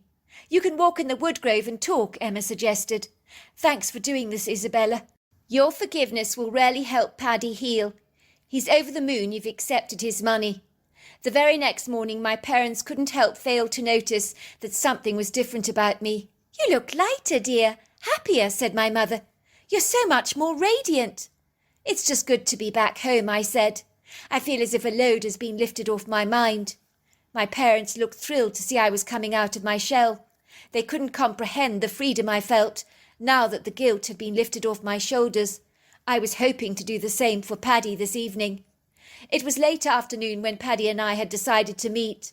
I took along my torch with me, as I knew it was likely to get very dark quickly. I parked my mother's truck in the parking bay at the Woodgrove and proceeded on my way to the trail. So glad to be experiencing a walk. It was so beautiful. The afternoon had faded. The soft golden light of the sunset dappled the firmament in contrasting layers of gold, tangerines, pinks and oranges, the colours of a blushing peach in all its glory. I stared in awe at the towering trees of the woodgrove as they basked under this brilliant golden glaze, marvelling at how mighty and tall they were, as they penciled up into the sky with such regal repose, with their boughs heavily laden with pretty leaves that jiggled slightly in a fresh southerly breeze as it blew into the woods, so that everything swayed and moved as though dancing. I could smell the fresh, intoxicating scent of wild flowers on the wind, and the smells of the ponderosa pine trees. The earthen floor was piled with golden leaves, as some of the oak trees had prematurely dropped their leaves, some that were being lifted up by the wind like celestial butterflies, others being crunched beneath my feet. The earthen floor appeared precipitous and rocky, but the ground was soft to the touch. I sat down under an oak tree as I waited for Paddy to arrive.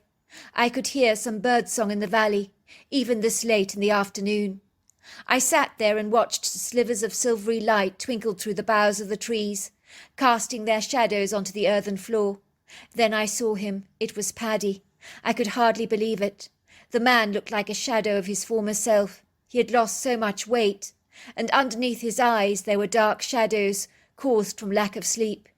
He saw me for a moment and ran into my arms, and he began to sob like a baby. Paddy was never the type of man to air his emotions like this, but he was visibly distressed. "I'm so sorry, Izzy. I'm so sorry for what I did to you." My heart just melted like butter. I had so much compassion for Paddy. I could feel his remorse. "I forgive you, Paddy. I forgive you for everything. It's all right. Stop crying, please. Please, please, it's all right. I promise you it's all right." He looked at me through tear-filled eyes. "But why, after what I did? I made you take the blame for Elsa's death. I put you in the driver's seat. I blamed you for what I did." "I told you, Paddy, I forgive you. For the record, Elsa's parents forgive you too." "How do you know that?" asked Paddy, looking stunned. "They sent me a card saying, 'You're forgiven.'" Paddy's face visibly relaxed. "They said, 'You're forgiven,'" he repeated. "Yes, they did." "Come on," I said to Paddy. "Let's go for a walk in the woodgrove. Forget about everything. Move forward, shall we? I've paid the price for us both in prison. Let's forget about everything. You've got a wife and a child now. A wife that needs her husband. She loves you very much. And a son who needs his father. You cannot allow guilt to eat you up. Life is too short. Believe me, I know." Paddy laughed. "Prison has made you philosophical. You've changed, Izzy. Where's the blonde hair gone? And the long pink nails?" he teased. "I've shed those superficial things," I said. "They're surplus to requirements now." "I like that," said Paddy. "And for the record, your natural beauty rarely becomes you. Personally, I prefer it. A lot of men prefer a woman who don't try and look like Barbie." "I never tried to look like Barbie, Paddy," I protested. "Well, maybe you did just a wee little bit," he said, eyeing me mischievously. "I'm glad you've given up on the long nails. The number of times you scratched me with them, I dread to think. You were worse than our cat Joey." "I was not." "You were," he teased. Paddy let out a huge sigh. "Joking aside," he said wistfully, "I just keep praying to God he sends me a sign from heaven, that he forgives me. Then I think I will find my peace." "What sort of sign?" I asked. "I don't know," said Paddy. "Something that is undisputably a sign, like an eagle perching on my roof at home, or a mountain lion bringing her cubs onto our patio. I would be happy with a sign like that. You see, I believe God uses signs from nature to bring us messages of a kind." "You do?" I said. "Yes, I really do." We continued to walk up the hilly incline into the woodgrove. We talked for ages about many things, not caring a jot about the darkness that descended over the woodgrove, for we had come fully prepared for that.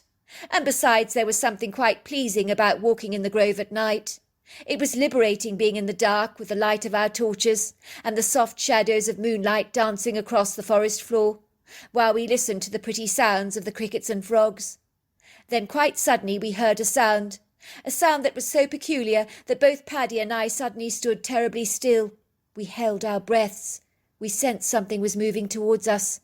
Paddy quickly beckoned for me to hide behind a tree, which we both did, switching our headlights off, while we remained very quiet.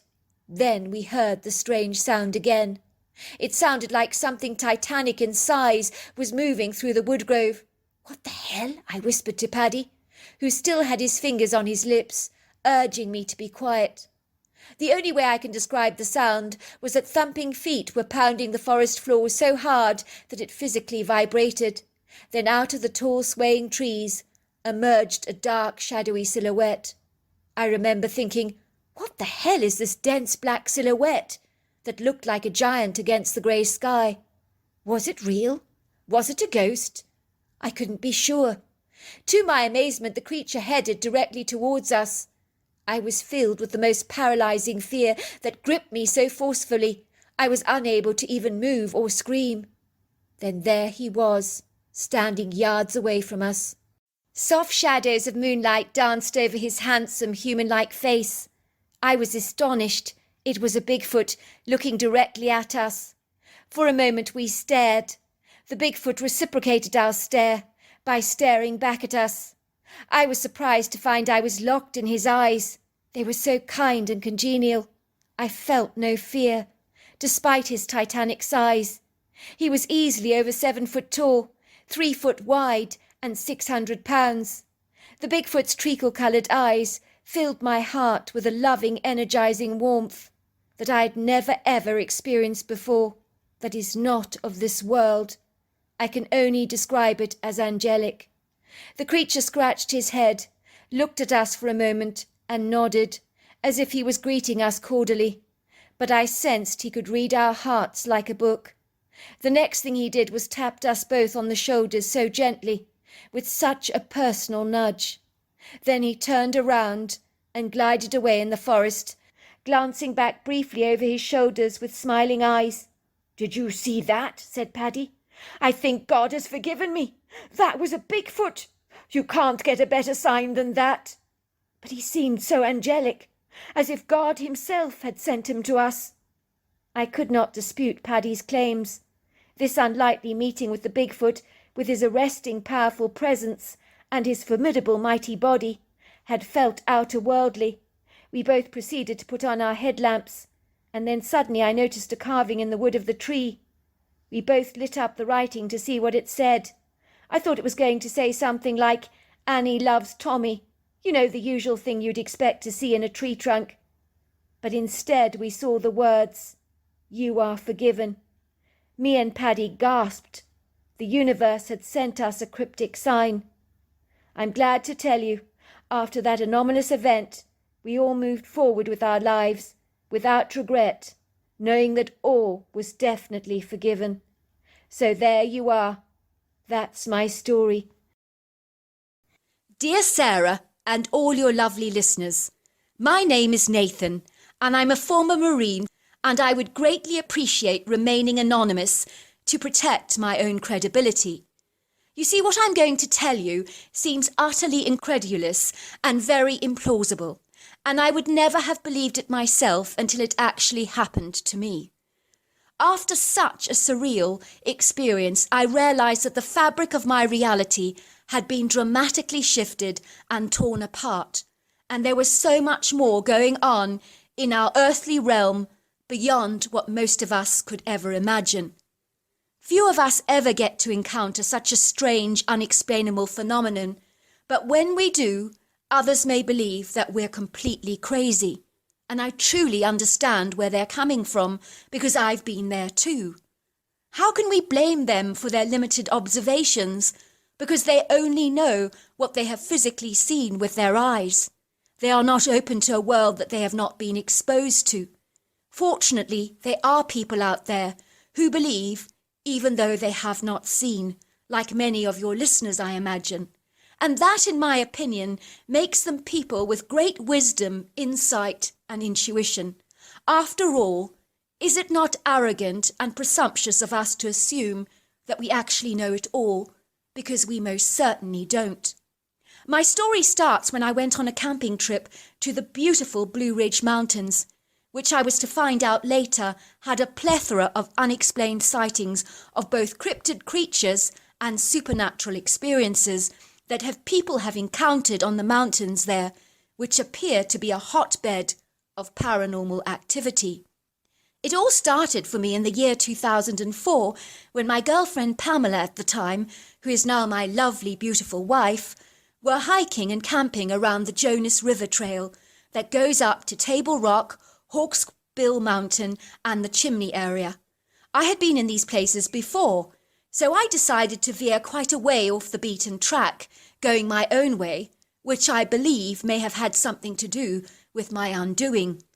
It was on our second night of camping that strange things started to happen during the night, things of which I had no explanation for. It had been a long, exhausting and tiring, strenuous day, uphill hiking, and we were utterly exhausted.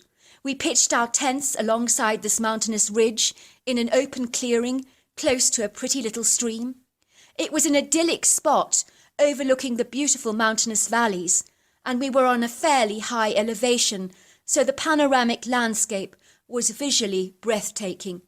I started to prepare a fire pit, and we boiled water from the gushing stream and made tea and ate some of our rations, which on this occasion was some freeze-dried stew and rice, which tasted delicious in the open air, as everything invariably tastes infinitely much nicer out of doors. It was a beautiful fresh evening, and we watched the tangerine sun seemingly melt like white chocolate into a maze of yellow and pink folds across the sky, until finally the darkness set in, and we saw the face of a cheerful blazing white full moon smiling down upon us. We also sat back to enjoy the glorious starry night. It was warm around the fire pit, and the night was beautiful, with a chorus of crickets, croaking frogs, and owls hooting, providing us with a cheery musical entertainment. My wife and I were sitting on the ground, hugging our legs close to our chests, and marvelling at the beauty of such a gloriously pretty night. Suddenly we heard a strange, ominous sound of heavy booted feet, crunching pebbles, and walking past us, but we saw no one standing there. Instead, we noticed a thin trail of white tobacco smoke weaving past us in a willowy long line that looked like someone was actually smoking a cigar, and we could smell its grassy, pungent aroma. We also felt as if our bodies had suddenly been enveloped in a pool of Arctic ice for a few moments, as this invisible entity had made its presence clearly known. We could feel it. It was a very physical feeling and very palpable. "What the heck was that?" asked my girlfriend in horror. "Was it a ghost of some kind?" I had no explanation to give her. It was unquestionably supernatural. I had felt the presence walk past us, heard the feet crunching the pebbles, smelt the cigar smoke, and felt a very definite cold spot. So whatever it was, I had no explanation for it at all. I immediately suggested that we retire to the warmth of our sleeping bags for an early night, and I was feeling extremely on edge. Remember, I don't suffer fools gladly. I've been in the military and experienced life and death situations on many occasions, and some of those stories are unrepeatable. They're so horrific. It takes a lot for me to get anxious, because I'm a tough dude, but I have no area of expertise in dealing with things that I cannot explain, that are paranormal by nature. It was not long before my girlfriend and I had fallen into a very deep, relaxing sleep, and then we were suddenly awoken to the sound of heavy wind panelling our tent very, very violently. It was like a huge windstorm had just suddenly hit our tent, and our tent was vibrating under the pressure. Yet there was no wind there. It had to be something else. Suddenly I heard my name being called. "Nathan, it's me. Nathan, it's me. Let me in. Let me in." Whatever it was the most horrifying, ghostly voice that appeared to know my name. Pamela's face was as white as a sheet, and her whole body was shaking violently. She started to squeeze my arms tightly, and I could see that she was terribly afraid. I was clinging to my rifle tightly, which was of no use in this situation, I was sure, because whatever was calling my name, it was not of human origin, and I was certain of that. We then heard the footsteps of the heavy boots crunching the pebbles outside our tent, and we could smell the wafting odour of cigar smoke. Was this the same invisible entity we had heard but not seen just a moment ago, earlier on in the evening? Whatever this thing was, it was exceedingly menacing. The voice started up again, and it sounded like the wind as it howled my name, and the tent vibrated with the sound. Nathan, I know you're there. Nathan, let me in, let me in. I did not answer. And whatever this thing was, it could have entered our tent, because we were only a zipper away from this invisible presence. But luckily it only asked to be invited in. And if I knew anything about the supernatural, is that you never give an entity permission, because if you invite it in, you have given it permission to tear your life apart, which is ultimately what an evil entity desires to do. So I've been told. At least I knew that much. After a while, we heard the heavy boots walking away. But the rest of the night I tossed and turned, and I was unable to get any sleep. It was all so bizarre. And I was caught up in a struggle between belief and doubt. Surely this had not actually happened. This was crazy. This was something that just didn't make sense. I was now feeling completely guilty of all those paranormal stories on television that I had dismissed at first hand as being completely bogus. It's amazing how the gold brightness of a brand new day, coupled with the radiant warmth of sunlight filtering across the valley, has the incredible effect of diffusing the dreadful memories of the previous night, making one almost feel silly for being so afraid of something that may just have been completely harmless. Yet when the sunlight did finally retreat at the end of the day, like a good friend with a cheerful disposition, and night finally arrived like a dark intruder who had an ugly motive, I suddenly felt all vulnerable and insecure again. Was I going to have a visitation from this ghostly entity all over again? I sincerely hoped not. As Pamela and I sat eating by the fire, all our dinner and drinking our tea, neither of us said a word. We were silent for a long time. I could tell by the telltale dark rims around my girlfriend's glacier blue eyes that the previous night she had not slept a single wink. I could see the tightness of her shoulders and the awkwardness of her posture, and I could sense that she was also worried about what the night might have in store for us. It seemed so eerily quiet in the valley where we had pitched our tent this evening, and there was no musical entertainment, as the crickets and the frogs appeared to have turned in early for the night. Instead, we were greeted with an airy silence that was both menacing and disabling. "Do you think it'll be back tonight?" asked my girlfriend, looking at me with horror in her eyes. I just couldn't bear it if it came back. That thing, whatever it was, Nathan, it terrified the life out of me. I don't think I could take it if I heard that voice again. It was the creepiest thing I've ever heard in my entire life. And what gets me going more than anything else is, how on earth did it know your name? And what on earth was it? It was hard to reassure my girlfriend, as you can imagine. It would have been different if we were dealing with something like a cougar or a bear, but this was a whole new ballgame. I mean, how do you deal with something that you cannot see? You are powerless in such a situation. Once again, we were awakened during the night, and this time we found ourselves experiencing stones being flung at our tent, and we heard the sounds of very audible growls, and they were menacing and quite frightening. The thing had come back, I thought, and it had elevated its menacing, haunting attacks on us to a whole new level. Truly, I did not know what to do, so I decided to confront it, but Pamela was begging me not to. "Please don't," she begged. "Stay here in the tent with me. I'm sure it will go away.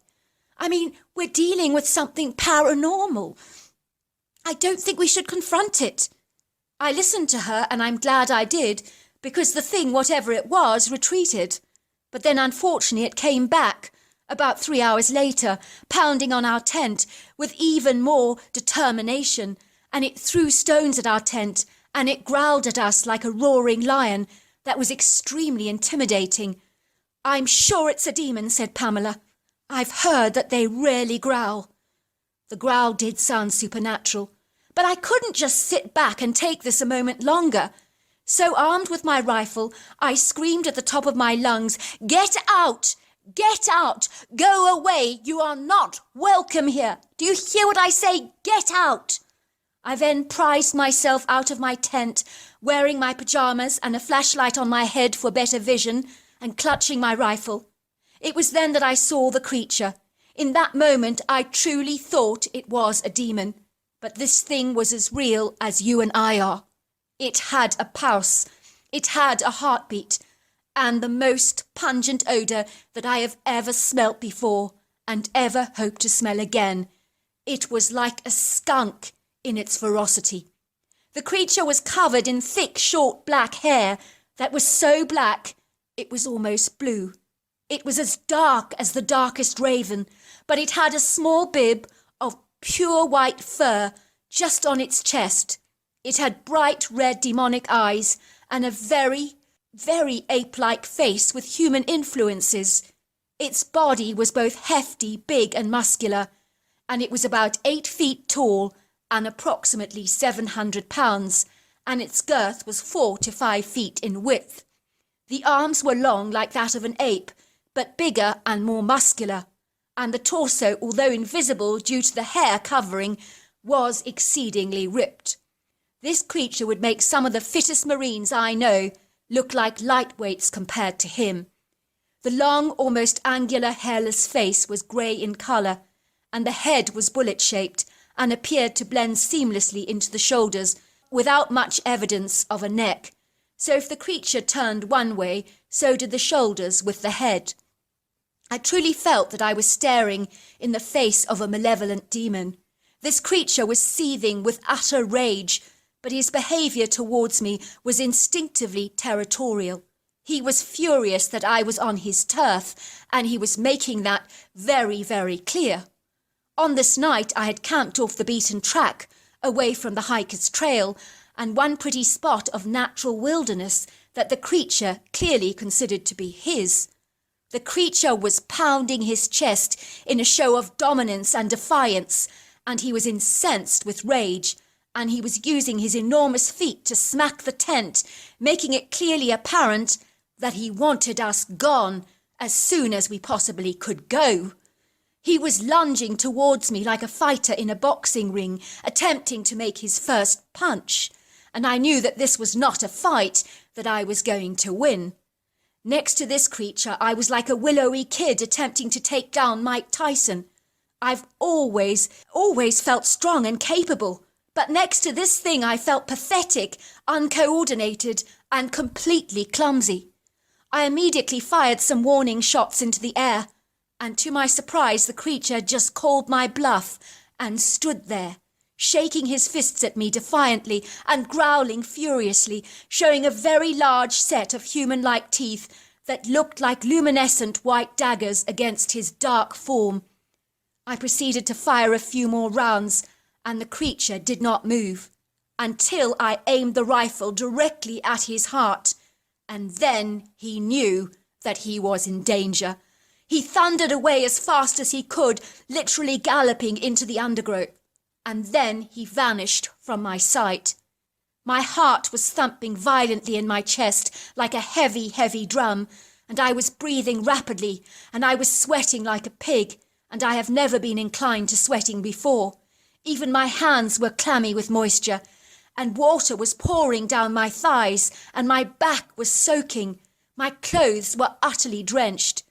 I was so rattled by my experience that I made sure I calmed down before my girlfriend actually saw how terrified I was. How could I protect her if I came across as unable to control my own paralysing fear? My training as a Marine has been of some help because I had learnt how to shoot under extreme stressful situations, and this was the most testing one of my entire life. What was this? Asked my girlfriend as I entered the tent. I lied to her and told her that it was the invisible man that had been growling at us. It seemed preferable than telling her that I'd encountered an apex predator that could have killed us both in a heartbeat. Why would you fire at a ghost? She asked me. You cannot kill something that is already dead, can you? I was hoping the noise would scare him away, I said. My girlfriend was shaking, and tears were rolling down her cheeks. Please don't react like that again. It really sounded like you were fighting a wild animal. It was so terrifying inside the tent. I thought that whatever it was going to kill you, and that I would be next. How could I ever tell her how close to the truth her perceptions really were? The next day I told my girlfriend that we were going to go home, and the look on her face was one of immediate relief. I think it's a good idea, she said. I don't think that this ghostly spectre is going to leave us alone. And the way things transpired last night, they're only going to get worse. We looked around the campsite and we saw stones littering the area around our tent. These had been flung at us during the night by that apex predator. I also came across a muddy footprint that measured 17 inches, just several yards from the tent.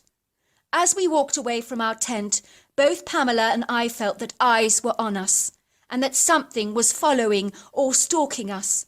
I personally believe it was the creature, ensuring that we moved away from his territory, and he couldn't wait to see the back of us. I tried to see things from his perspective by imagining what it would be like if he moved onto my own property and invaded our lives. I would not like it at all, so I do understand his animosity towards us. But it was a very frightening, harrowing ordeal, let's not kid. It was only about 5 years after my experience that I was to discover that I had encountered a Bigfoot creature. But I had never told my wife the story, and even though I have longed to, but I think it's so much better that some things are left unsaid. It took her a long time to get over our ghostly experience, so I hardly wanted to add fuel to the fire and add an ape-like humanoid to the equation. On the subject of ghosts, I bumped into a friend of mine who was camping around the same trail, and he told me that he and his wife saw a full-body apparition of a man in very heavy boots walking up the trail that disappeared in front of his eyes. He said when the man turned around and looked at him, there were large, black, vacant, empty sockets staring back at him, and he said they filled him with dread and terror. He woke up in the middle of the night and was convinced that someone was actually calling his name, and his wife heard it too. But there was no way on God's earth they were going to leave their tents to investigate the cause, and who can blame them, because I did exactly the same. I hope my story was of interest. Well, hello there. I hope you enjoyed the Omnibus edition. We've got many more coming our way for you to listen to. Sending you love wherever you are in the world, in North America, Canada, Kenya, wherever you may be. I send you lots and lots of love. Thank you for listening to my Omnibus, and I really do hope you enjoyed it, because that's the whole idea about it, is to give you some interesting stories to listen to. So until next time, goodbye and good night.